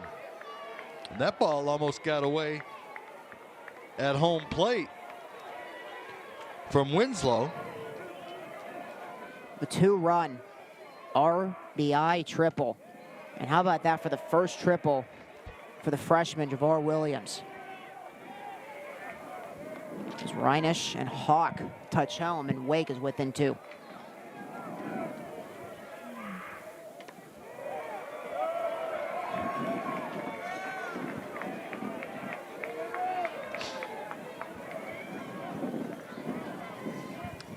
Very untraditional triple.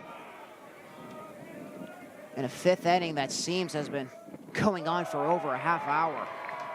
We talked about how everybody for Duke got the bat in the 5th. Same here for Wake Forest. Well, 6 in the top of the 5th for Duke and 5 to this point for Wake Forest. And he swings that on the third base line, and it goes foul. Full count for Gill. Had Williams dancing in foul territory. It was 9-2 to start the bottom half of this inning. 11 total runs have come around in this inning alone. And that's a draw third strike. We're going to try to beat out the throw, but a good rebound by Winslow. Wow, wow, wow. 5 runs touch home for each half inning. Well, for half maybe, hour, I guess I was right there. It's going to bring up Devin Obi to start the 6th. And he swings and misses. Morningstar still back out there for Wake Forest. Yeah, comes out with a good breaking ball. And now the shadows are starting to creep in, so it'll get a little bit more difficult to hit. Only 12 hits in this ball game. And that one's fouled back to the Duke dugout. Lots and lots and lots and lots and lots of walks. 15 to be exact, and 12 hits in the ball game.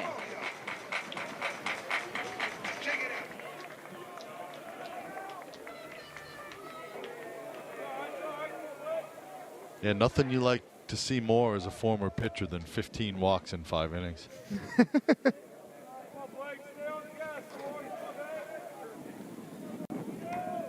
Obi has struck out already.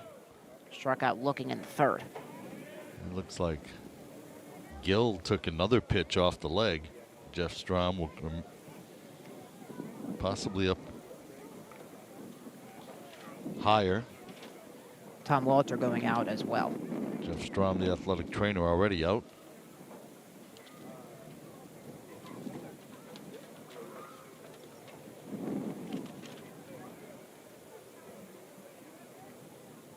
Gill and Ballestero have been taking turns. Before this series, Ballestero got the last 2 starts behind home plate in the one-off games against Elon and Georgetown. It's been Cameron Gill getting the start behind the dish in all 3 games of this series. Well, he tucks the earpiece back into the ear. See if this came up. Oh, in the throat, underneath the mask. So that ball bounced right to his neck. Turns with the 1-2. And that hits Obi. He's off the 1st. Now batting for the Blue Devils is the catcher number 6, Macon Winslow. Macon Winslow now up. He had a pop up to left. That was the first out of the top half of the 5th. Then that's when Duke just went on their roll, getting all of those runs, and Wake Forest doing the same in the bottom half of the inning. Obi takes a walk down the first baseline to shake off being hit by a pitch, but ahead 1 and 2 in the count, you just can't be hitting people. And Winslow sees ball 1 on the first pitch. And great action on that breaking ball from Morningstar, but got to locate better.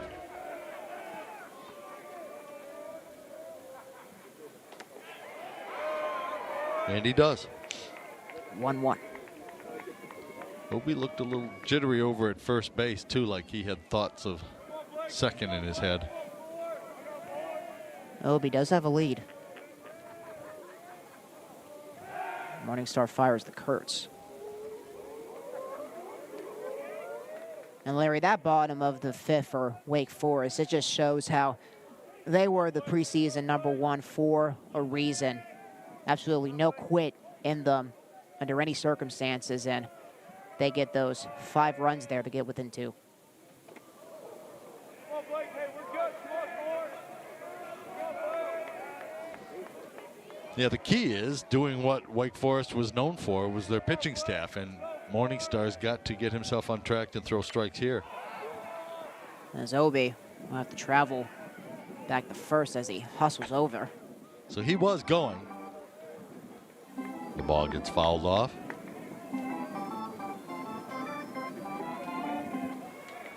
And an even count for Winslow. He is 0 for 1. Walked in the second and third.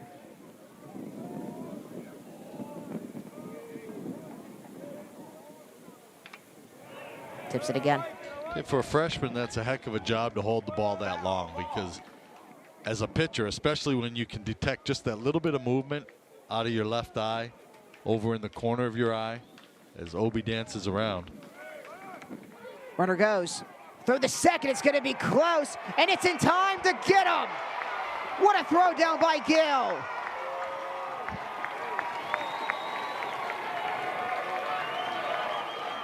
So a strike him out, throw him out for Wake Forest. The throw from Gill had a little bit of movement on it. This ball tailed a little bit into the first base side. So look at the job by Hawk. That ball is about 4 feet off the bag, but a great job by Hawk to come up with the snag and then reach over and put the tag on. A 1-2-4 double play. Come on, Blake. Stay in the gas, boy. No strikeout looking for Winslow.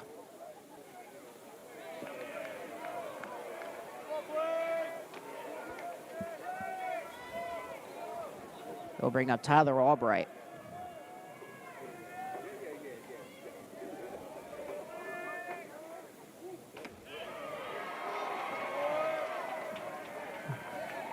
Ball on the strike.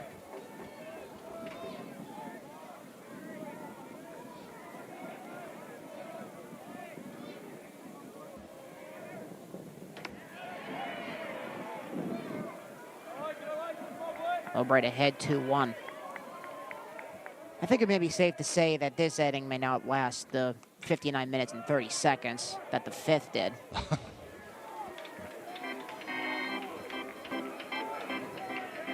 It's a 2-2 to Albright.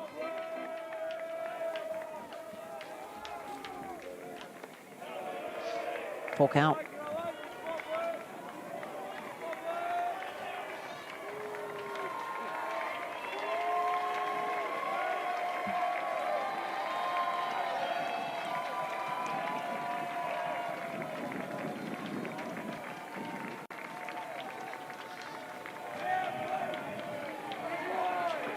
Calling time just as Morningstar was about to throw the pitch. Well, once again, he had the long wait on it. Looks back down to the wrist to see what the pitch call is from Corey Muscara in the dugout.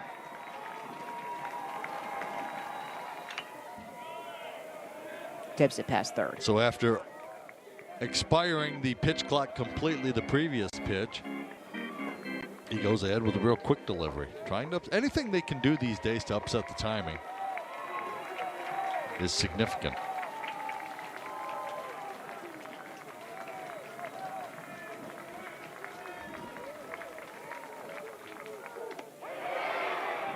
Ball 4. And the inning continues to bring up Wallace Clark. The shortstop, number 7. And Larry, just as a pitcher, how has the pitch clock just changed the game of baseball as a whole? It's made hitters get in the box faster. Come on, Blake. Let's which I always felt was a big part of the reason for the delays in the games. It's also sped up the pitchers, no question about that. There have always been pitchers that like to move, that like to work quickly. And there have been guys that took forever in between. There have also been hitters that stepped out, and for some reason you need to readjust your batter's glove every single pitch, even when you take it, don't move the bat. So it's picked up the pace. I don't think it's been a 25-minute game changer by itself, but it's the pace of the game that baseball was really trying to improve more so than the length of the game. Got a righty versus lefty here. And it's low, 1 ball, 1 strike. Come on, Blake, let's go for it. I had this explained to me by a Major League Baseball official that there's too much downtime where nothing was happening and they just wanted to create action. Especially in the majors, there was a real difference with the length of games. Crushing down as the runner goes. He has to go back. He had a sprinting lead off first base.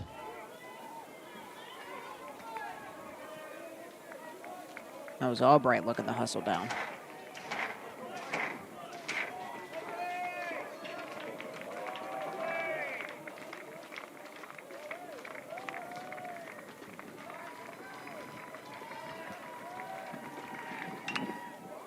In the air, the center. And Nelson comes over to make the catch. Reinisch was there as well. And Wake Forest gets out of the inning with just 4. It's going to be Cam Nelson. He started the bottom of the 5th, and he starts the bottom of the 6th. Seeing strike 1 looking.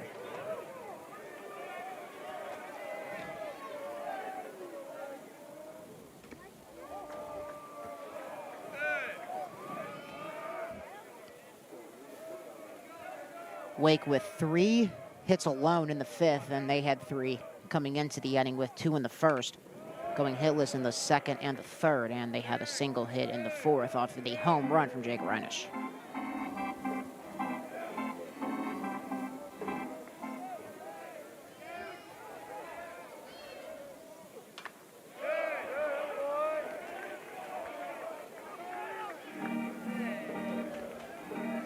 Good fastball for Romano.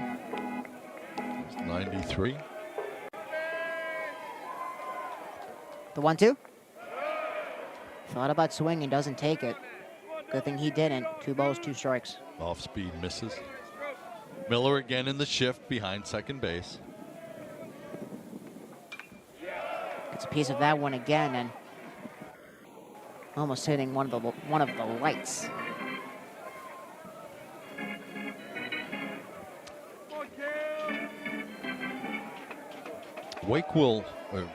Duke will shift much more than Wake. Drive 3rd strike. Nelson looking to hustle down, but the tie to first is made by Bravo, and 1 down in the bottom of the 6th for the Deeks. 2nd strikeout for Romano.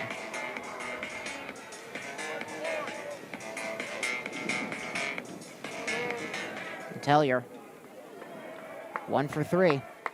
Had a double an inning ago. Almost hitting him there.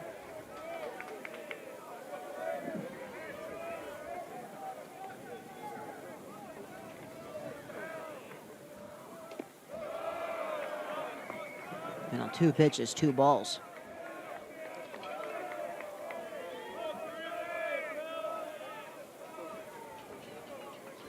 Really surprises me there's only been 1 home run in this game. Tellier was looking to square around the bunt. 9-7 game, bottom of the 6th. I'm going to say a home run is a factor somewhere here in the last 3 innings. Not to mention, it was only a solo shot. And Duke does have a home run streak on the line. They have had at least 1 home run in their past 10 games. And it's a full count to Tellier. Fastball's got a little cut to it.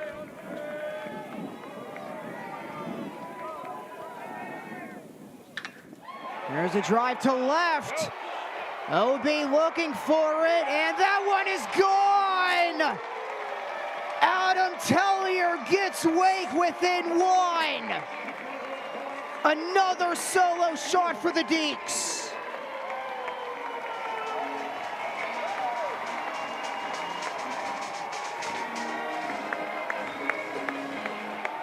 Huge welcome in the dugout. Smoke to left center field. Got the count full. Narrowed it down to about a 3-2 count. Loud. And crank that. 6th homer of the season. Second home run of the day. Miller over to the shift position. We just mentioned Jake Reinish getting the other homer.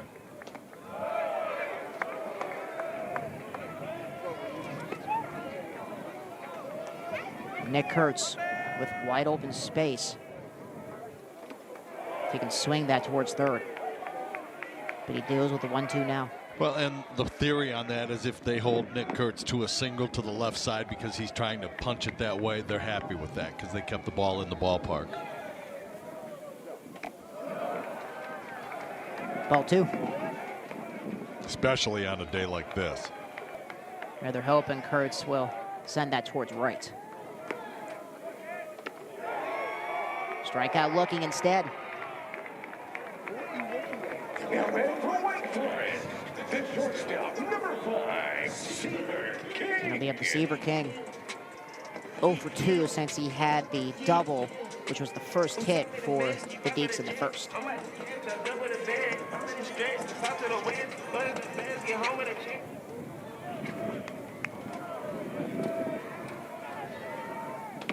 And he swings and misses trying to hit that one hard. Got out in front just a little bit of a fastball. It's not easy to do. 6 runs in the past 2 innings for Wake Forest. He's on the ground, picked up at short. But the first, and King cannot beat out the throw. And turn it over to more than likely Falco.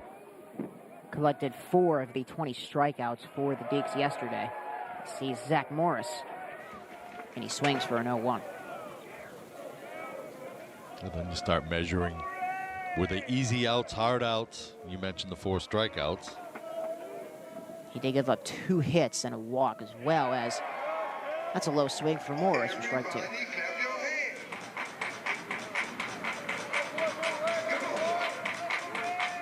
Bizarre baseball game. To say the least, against number 1 and number 12. Wake Forest looking to win their 12th ACC series in a row, and it's a strikeout looking for Zach Morris. Back-to-back strikeouts for number 22 in blue. Really surprised by the breaking ball. You know, there's been some conversation about whether or not pitches have been tipped or possibly stolen during this whole series. That looked like he was sitting on a fastball and got a breaking ball, and he was very surprised by it. Strikeout number 26 on the season for Will Ray. On the ground, picked up by Kurtz, and he will tap the bag himself for out number 2.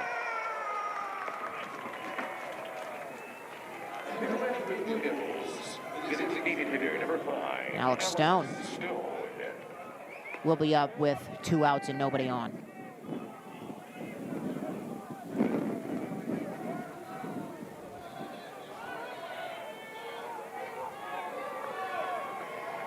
Chris Pollard coming out to talk to Alex Stone. He reached on base hit in the 5th.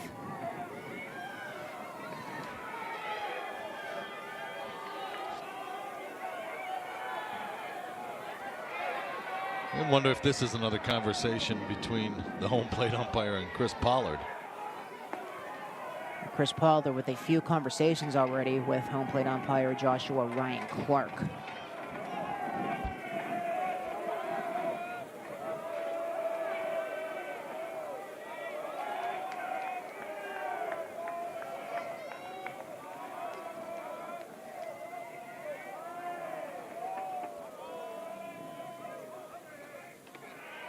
Strike 1 to Stone. Neither head coach has been very happy about the strike zone today. There's been social media chatter about the strike zone today. A lot of give and take this afternoon at the couch. Big swing there.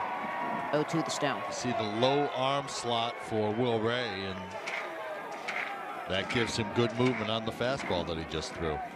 Alex Stone getting his second hit of the series in the 5th. But Will Ray looking to shut this at-bat down. On the ground. And that's in plenty of... Now, Ray's saying that the ball went off of his foot. Yeah, Stone Chris wasn't even... Pollard is coming out to argue about it. Yeah, I was trying to see, like, why wasn't Stone running? So it's a 5-3 putout on a bizarre way to end the top half of the 7th. We're stretching when we come back on ACC Network Extra.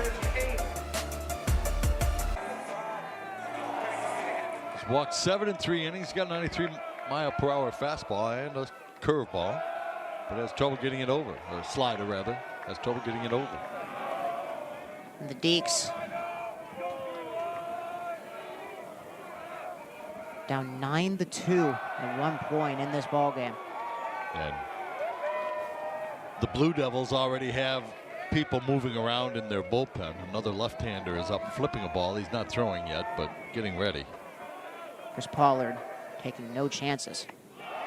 That one almost hitting Reinisch, and it's a 3-0. Got there in a hurry, though. 93.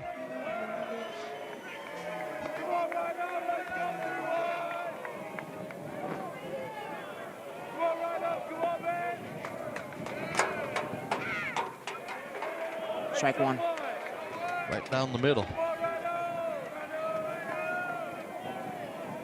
Guess got to be cold in that T-shirt behind home plate. Started as a 3-0. It's now full.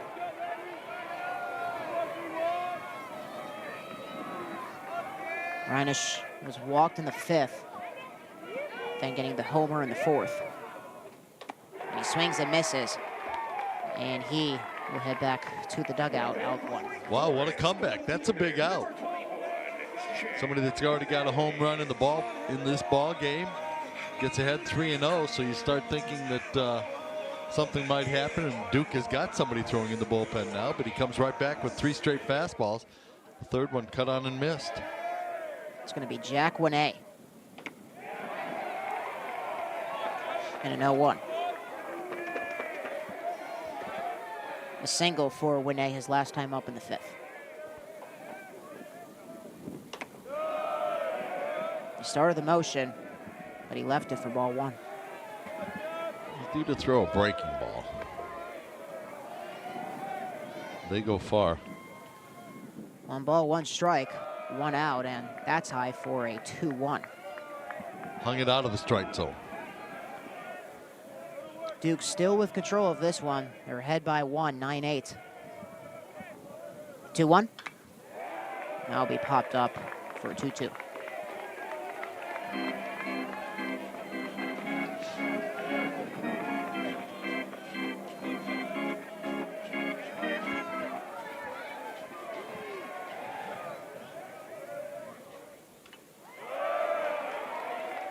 To the backstop that ball goes, and it stays at a 2-2.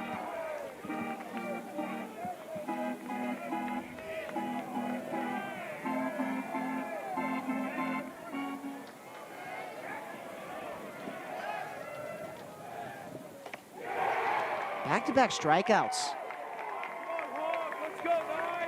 Big outing so far for Tolan.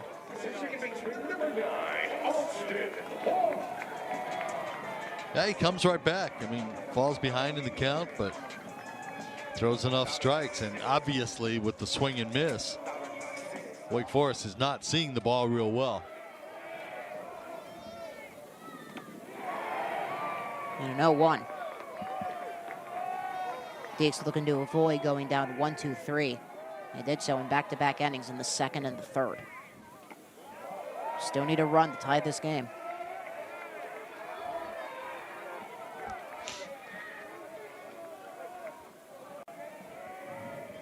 Still think home runs will be more of a factor in this game, too. Hawk had one last night. He sees a 1-2 here. Well, he's really not happy, and Wake Forest hasn't been happy, and Duke hasn't been happy about the strike zone. Hawk thinking that ball was outside. Joshua Ryan Clark making the calls behind home. And it leads to swings like that because you start thinking if it's going to be off the plate and called a strike, I've got to try to do something.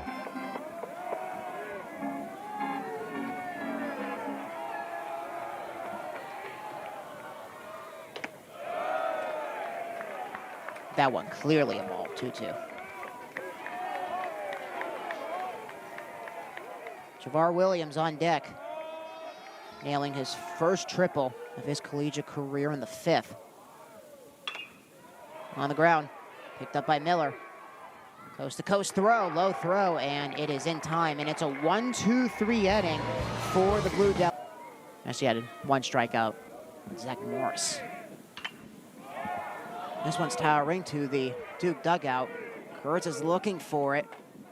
And he tries to leap over, but that heads into the stand. An extra souvenir for one of the youngins that decided to come out and watch some top 15 baseball here at the that very low wall down the line has gotten many a first baseman through the years, and Nick Kurtz banged into it with the lower part of his body, so he's been taking a beating today. And Kurtz, banging his shoulder on the play at first base where the runner ran by and swung through his arm. And he was down on the ground for a bit and now banging his legs on the short wall. Logan Bravo leaves that pitch for a 1-1. Logan Bravo, he's been walked 3 straight times.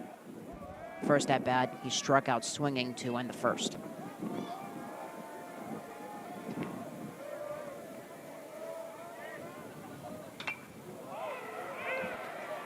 Towers this one behind home.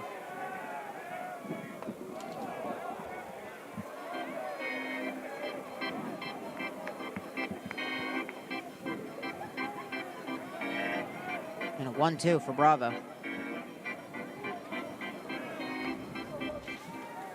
Duke wants to extend their 1-run lead as much as they can, as that one is foul.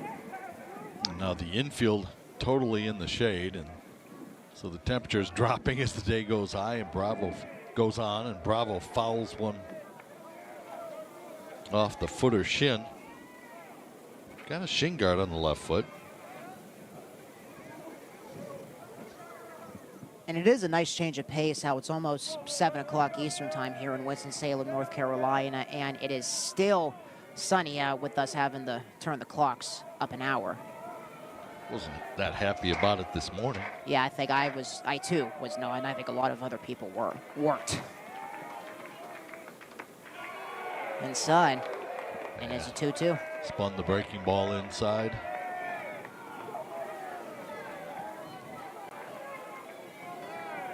Frustrating for a pitcher when they slide away from you like that.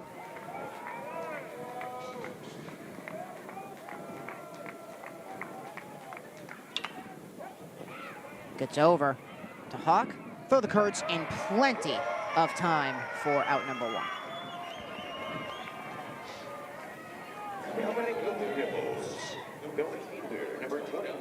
One down to bring up A.J. Grossi. Boy, Bill.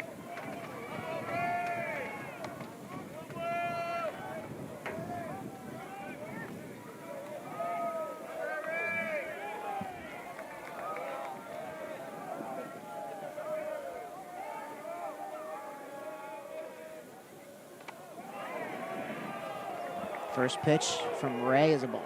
This shift here is just about as much as Wake Forest will go defensively. Hawk goes over to the middle of the field on the right side, and Seaver King a couple of steps to the shortstop side of second.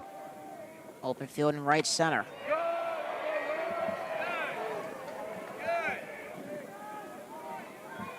Come on, Bill, let's go, Tim. Out in center field, Nelson's a couple of steps towards right field. Everybody clap your hands. Duke goes full shift. They put 3 people on the other side of the infield frequently. And Miller going all the way over towards right. The 1-2. Nothing at the knees, ball 2. Go!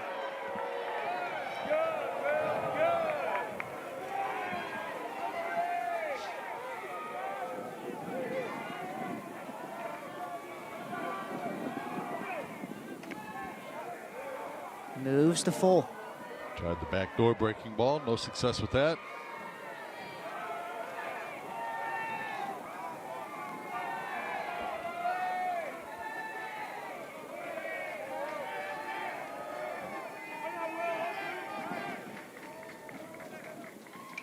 And the payoff goes foul. Well, come on, Jill. Let's go, Will. Win it, Ray. Come on, man. It's a strong young man here. Got good plate coverage. Good looking hitter. Come on, Will. Let's go, 2 times.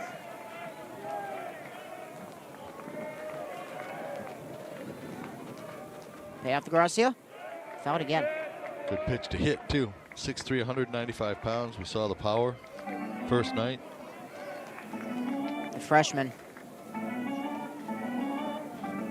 Betting he'll be one of the names that we hear dominate the next couple of years in the ACC.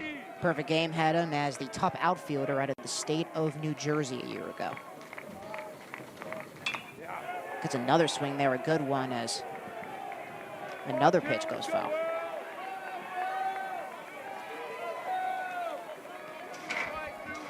Nationally, he was the 37th ranked outfielder in the class of 2023.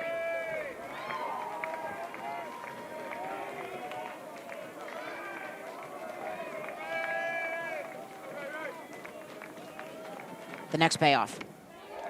Ball 4 inside. Good at bat.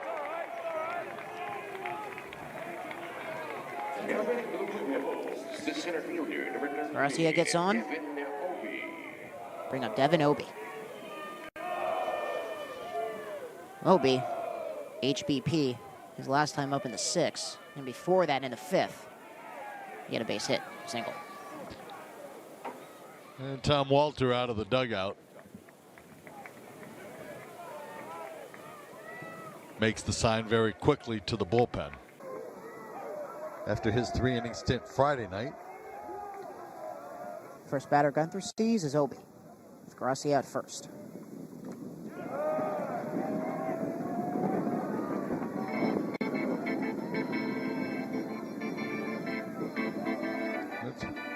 Every coach in every conference looks for that Friday night guy that can give you extended innings to save your bullpen for Sunday's game. The 0-1. Almost grazing him there, 1-1. Short stints by 2 possible All-Americans on Friday night have really taxed the bullpens. Garcia takes his lead at first.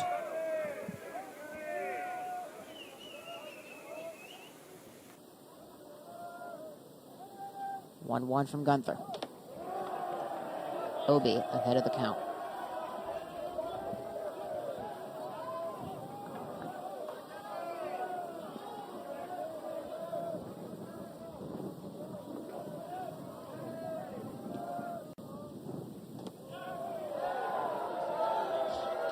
Two. That one will have Duke screaming.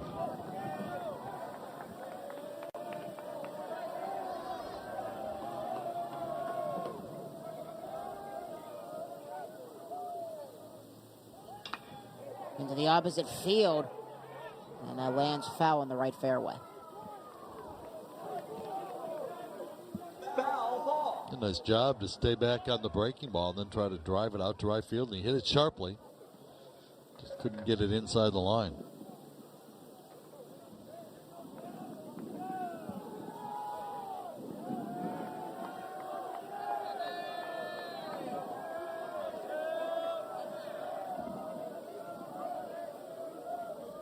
Two. Swing and a miss low. 2 down. Went changeup on him, and he had some great action sinking down to the bottom part and out of the strike zone. Really nice pitch by Gunther on a pitch that Duke may not have seen previously. Look at that ball go straight down. Wow, what a sink for the freshman. At 79 miles an hour after he'd been throwing 92, 93 with a fastball.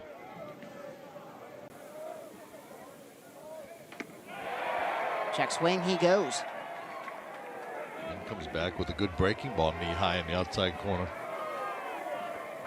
0-1 to start the at-bat for Macon Winslow. Freshman against freshman matchup here.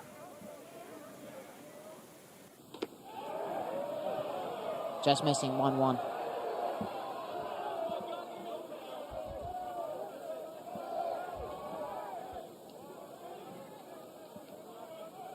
A lot of pitches so far. There's been over 330.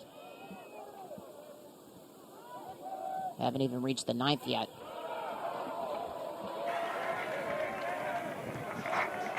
Winslow tipping that one for a 1-2.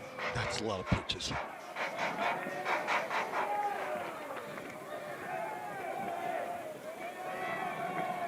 Gracia still stuck at first.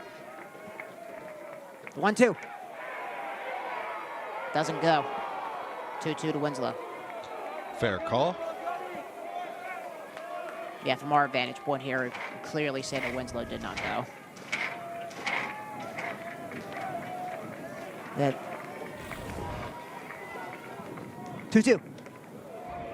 Full count. He went further on that swing than I thought he did.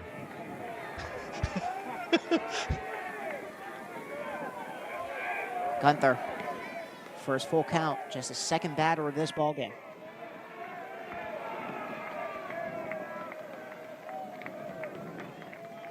Runner goes. And he didn't have to. It's ball 4. Now batting for the Blue Devils, the fielder, number 40, Tyler Albright. It's going to bring up Tyler Albright. Gunther gave up a walk last night, and he gives up a walk here.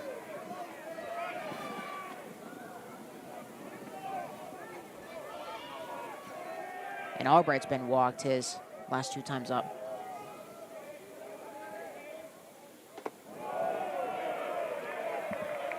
Tried the changeup again, but not quite as fluid with that one. It's hard on a freshman. High school guys used to just throwing hard all the time. Into the opposite field. And getting over to make the catch is Reinisch. And he saves a few. Will fall in this one. And DeVar Williams with an 0-1 to begin the bottom of the 8th. The ranking's not too high up on the priority list of the head coaches on the first conference weekend of the season. Obviously, this is for every sport. Does it really matter in the rankings at this point of the season when there is still a mile season left to go? Well, there's going to be 27 games left in the ACC season, so it's great. It sounds good. The fans love it. On the ground, picked up by Miller. Coast to coast, and Williams beats out the throw. He's safe.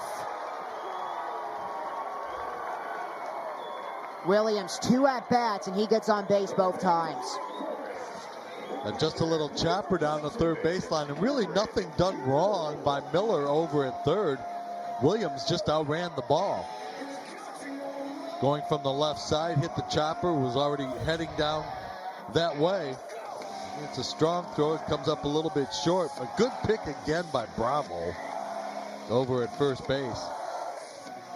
And the freshman having those fresh wheels to beat out the throw. And could we see another pitching change? Change for Prosch.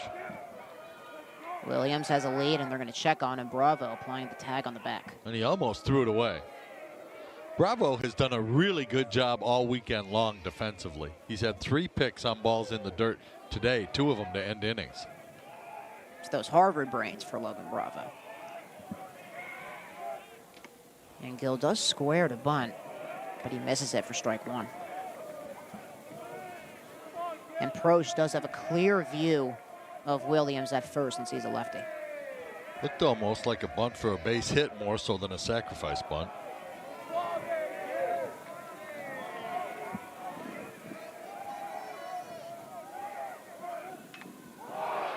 This is popped up, and that is right into the glove of Winslow. Well, that was absolutely the sacrifice intent. It's going to bring up Cam Nelson with 1 out. Dropped the head of the bat a little bit. The ball went straight up. You still try to bunt here, Larry, or do you want to try to get a hit? No, you don't bunt here. Although Nelson is very fast, he might try to pull something to the right side and beat it out. Got a lefty versus lefty here. Miller in close at third base, so that takes away the possibility of bunting it down the third base line.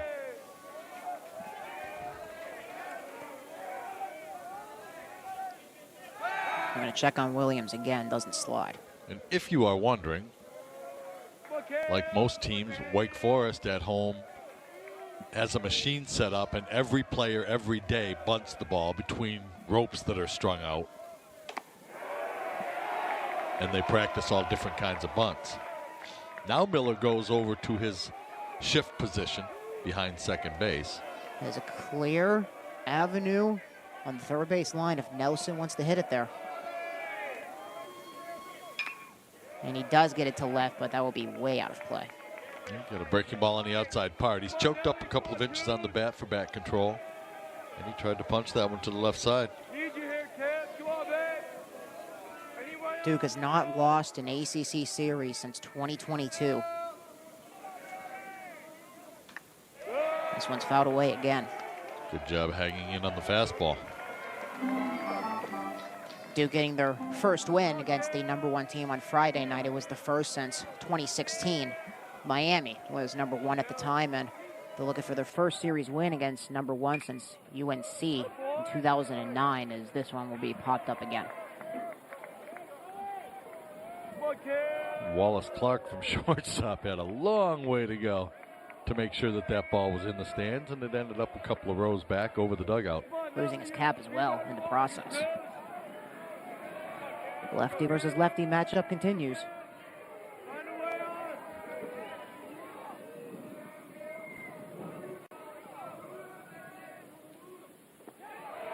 And that gets down, and Winslow picks it back up to keep Williams at first. Great job by Winslow. That ball was far out in front of the plate, and he knocked it down. Those are hard pitches. Wake Forest wanted the sacrifice, couldn't get it. For Duke, would have been a tough break to see a wild pitch get him to second. There's the 1-2. And Proch thought he had it. I'm not sure that Juwan Ryan Clark didn't flinch a little bit behind home plate, and Chris Pollard is really airing him out from the top step of the Duke dugout. Now Pollard not going to home, but left the dugout as that pitch doesn't go either. And all Pollard can do is just stare in disbelief. And yell. He didn't yell at first. Right when our camera got to him, that's when he started yelling. Proch kind of showed the home plate umpire up, which is interesting. And that one gets away. It's ball 4. Williams off to second, and Nelson the first to bring up the top of the order for the Deeks. And it is going to be Adam Tellier, who is coming up for the first time since he got off spot in this game with the injury to Merrick Houston, the slight strain to the hamstring. And he is fit in like a glove as he fouls away the first pitch from Proch. Yeah, become very popular in the clubhouse. Still making the transition over to third base from his shortstop spot. The defending MAC tournament MVP. 1 ball and 1 strike. Hit a grand slam late in that ball game to give Ball State the victory over Kent State. And this one is just foul. Ball State went to Baton Rouge for the LSU regional, but they went 0 for 2, losing to Kentucky and West Virginia.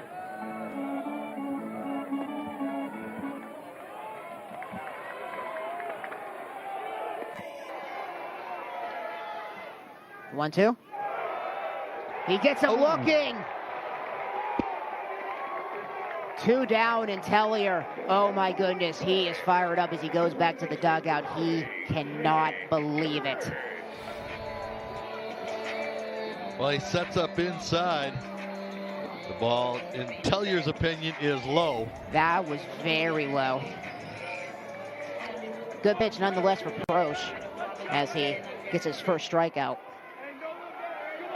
So Ryan Clark getting it from both sides with his strike zone today.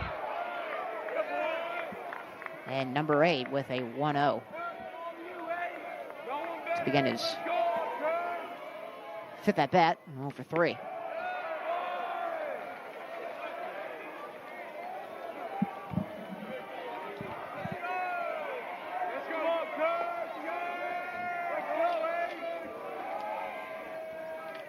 Kurtz still looking for his first hit in this series. Breaking ball that hangs inside. Come on, Kurt. Go, Kurt. No one better, Kurt. Missing inside, ball 3. Come on, Kurt. Come on, Kurt. Let's go. Let's go, baby. Let's go. Let's go, you're it. He is off the first, bases loaded for Seaver King. Heavy on the breaking ball to Nick Kurtz, which is interesting because he hasn't been catching up to the fastball. Nevertheless, he's at first, bases loaded. Cleanup hitter, or the number 3 hitter in today's ball game, ordinarily the cleanup hitter, Seaver King. 1 for 4. Got the first hit for the Deeks in the first. It's been 0 for 3 since.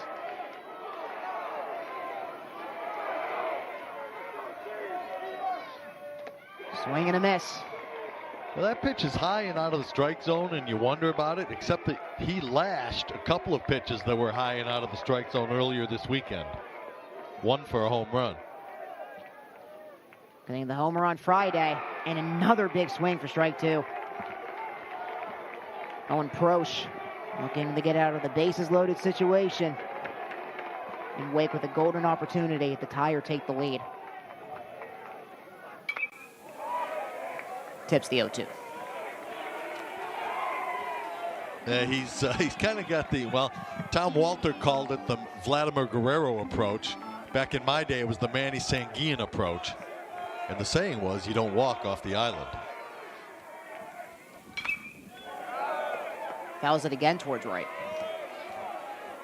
So you be very aggressive, and especially down in the count like he is. King is.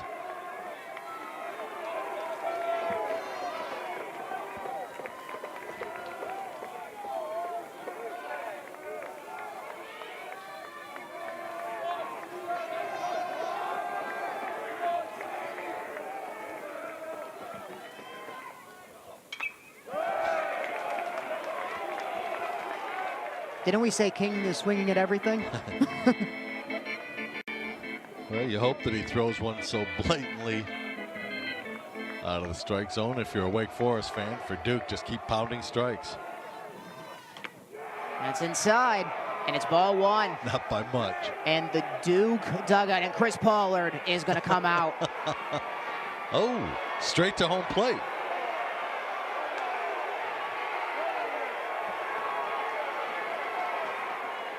And Gone. Pollard is gone.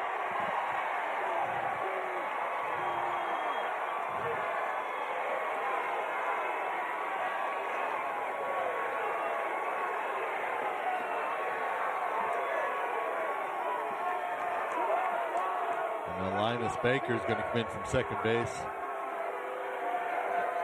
to make sure Chris Pollard doesn't take it too far. Joshua Ryan Clark getting an earful from Chris Pollard,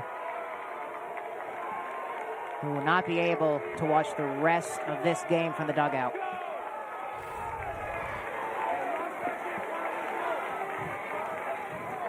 Well, you can see that he moves to the inside, and it moves Seaver King back off the plate. Winslow tried to snatch it back to the inside corner, and we talked about the fact that the pitcher had been mouthing off a little bit to the home plate umpire, so that part of that is a protection device by Pollard, too, to keep his pitcher in the ball game. Chris Pollard passing the bullpen.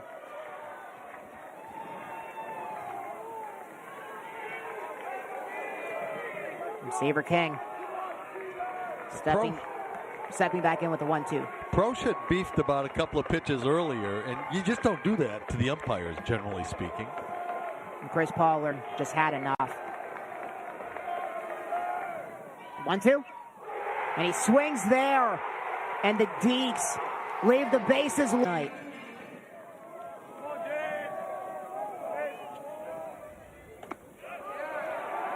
And he throws to Waldis Clark, and it's a strike.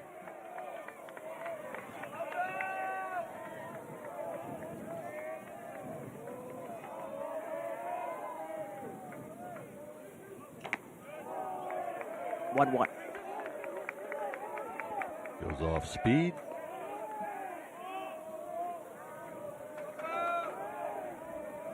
Both teams have some more midweek matches coming up.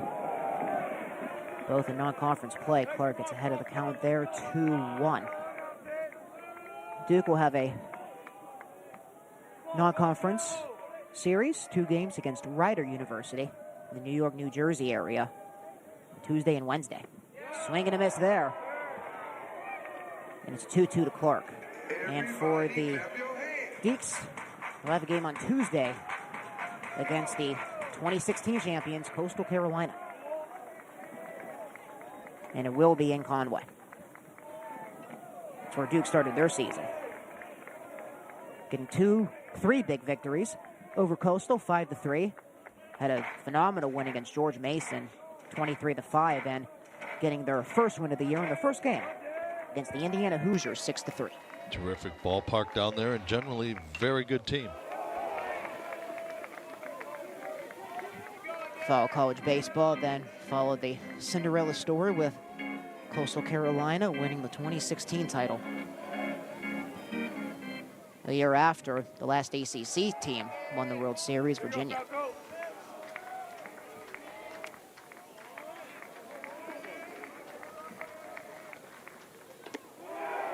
That's at the knees, and it's a full count. Come on, Dave, let's go. 1-5. Right back in there. Come on, man.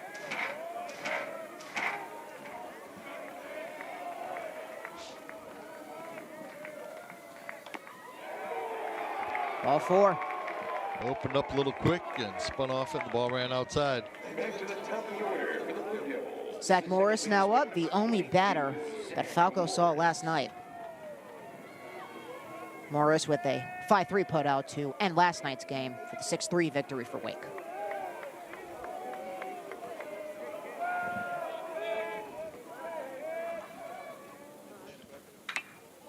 In the air to center. Nelson tracking it down, and he gets it at the track, and that's the first out of the inning. Drifting, and this is the time of night where it gets a little bit tough to see out there. Usually it's 6 to 6:30 or 6:45. Now 7 to 7:45. But the sky isn't quite black enough to show the ball real well, and the wind is still blowing very hard. And if this was last night, it would have been pitch black by now. Ball 1 to Ben Miller. 2 singles in this one.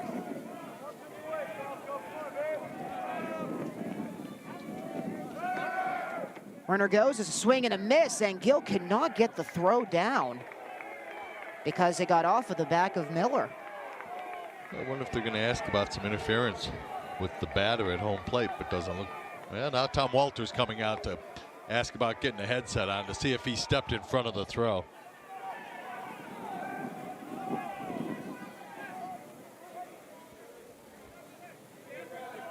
This game has had its share of unusual plays.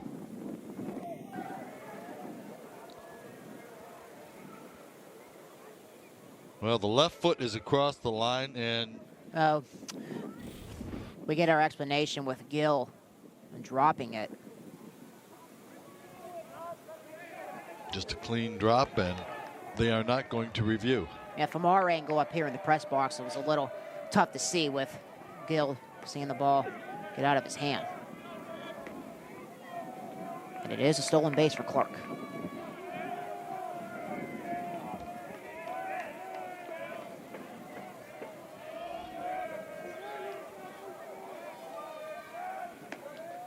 The 1-1. Swing and a miss, strike two. Everybody clap your hands. Just threw it right by him at 88. A little unusual.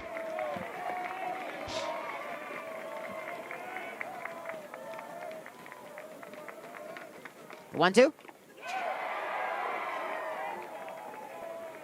Gets a piece of it. Small piece. Stays at a 1-2.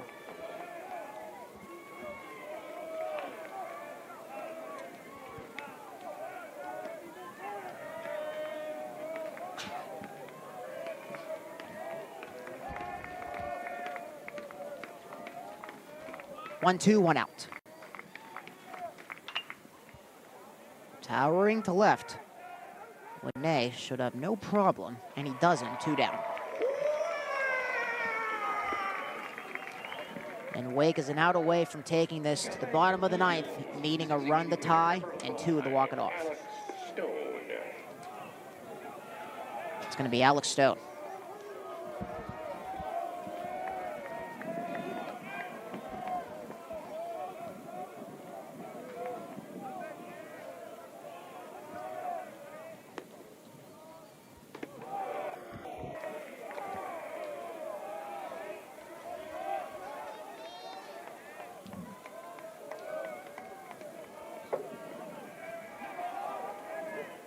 At bat number 6 for Alex Stone.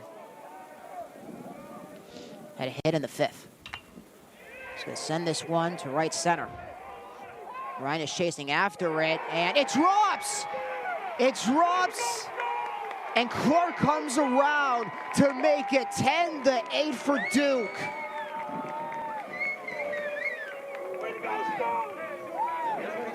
We mentioned that it gets tough to see the ball at this time of the night. Not sure if they lost the ball or if there was just confusion about who was going to take it. Looked like Hawk was sure that he had a beat on it, and he was the one that made the effort. Really should be the right fielder Reinish's ball coming in. Looked like he had plenty of time to get underneath it. Hawk went flying in the right to try to make the catch, and Clark scores, and now Wake Forest needs 2. For the time being, this inning is not over yet. And again, we mentioned the wind factor also, that the wind is probably blowing that ball a little bit more towards right and deeper into right than Hawk suspected it would. And this goes right back to Falco. Well, Falco drops it, and luckily it landed right in front of him, and he hands it into Kirk. And it seemed that the Dukes were only going to be down by 1 as swinging on the first pitch. He's calling for it. As it continues, and it drops! Oh my goodness, it drops! And Reinisch heads the 3rd!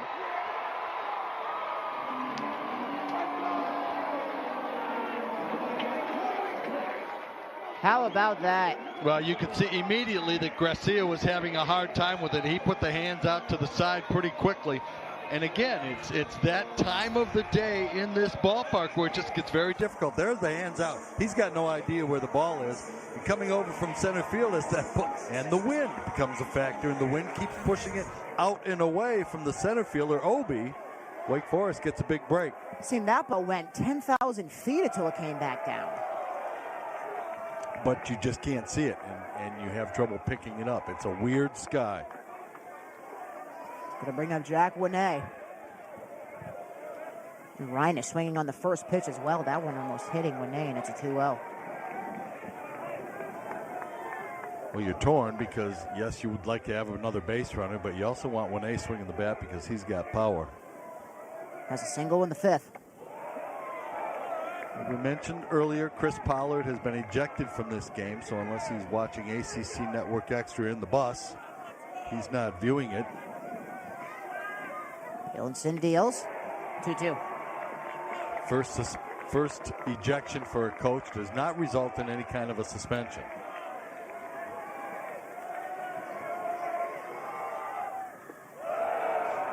Full count. How big does the Wake Forest team miss playing that ball in the 9th inning become at this point? Dawson Hawk is trying to run the ball down right, around where Reinisch is. Ball landed, and the tying run is on at first. A walk given up by Bielenson. Austin Hawk. He had a homer a night ago.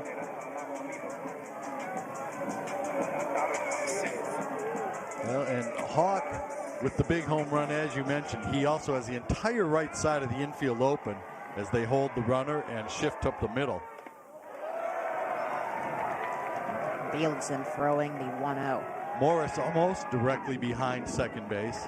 Hawk's got some power to right. He had a grand slam to right field earlier in the year. Foul to the opposite field, a 1-1. And Larry, how big is this with runners on the corners with nobody out?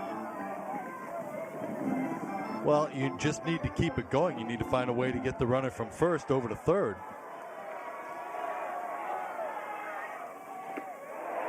Takes the fastball inside. I mean, the additional run that Duke picked up was huge on the misplay. That was ruled a single for Alex Stone. Tipped again.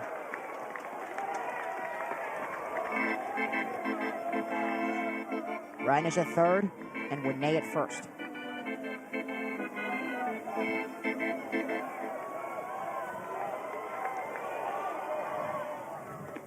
Swings and misses, and Hawk goes down for the first out. Deeks down to the final two.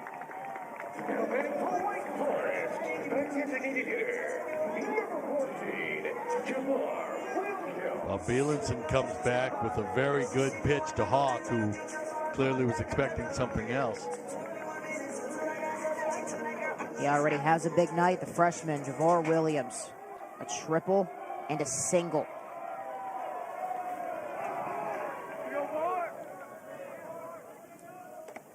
Swings and misses on the inside. A fastball up out of the strike zone. The triple a bit deceiving because it was a pop-up into right center field that the center fielder dove for coming in, and it hit out of his glove. Check swing, he goes. Strike two. For the Blue Devils with adversity right in their face, getting two quick runners on the corners. A big strikeout for Bielenson on Hawk. And he does the same to Williams. And the Deeks are down to their final out. But now Bielenson pitching on adrenaline, rears back and gets a fastball 93 and throws another strike. And the story of the game is the short man for Duke at this point being able to find home plate with good stuff after going 3 innings Friday night.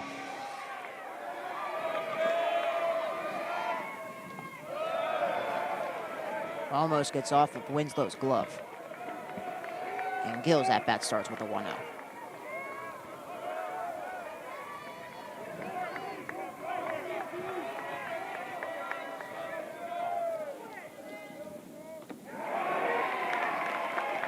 Deeks down to their final two strikes. Breaking ball comes back to the inside corner. He hasn't thrown many there. He's been pretty consistent with it down and away.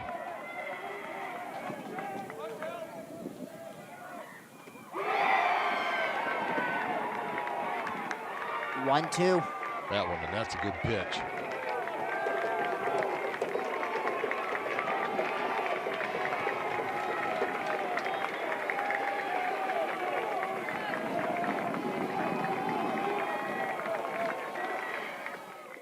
Gets him swinging. And for the first time since 2009, the Duke Blue Devils have a series win against the #1 ranked team in the country. And for Wake Forest, their 11 series ACC streak comes to an end here at the Couch. Well, Charlie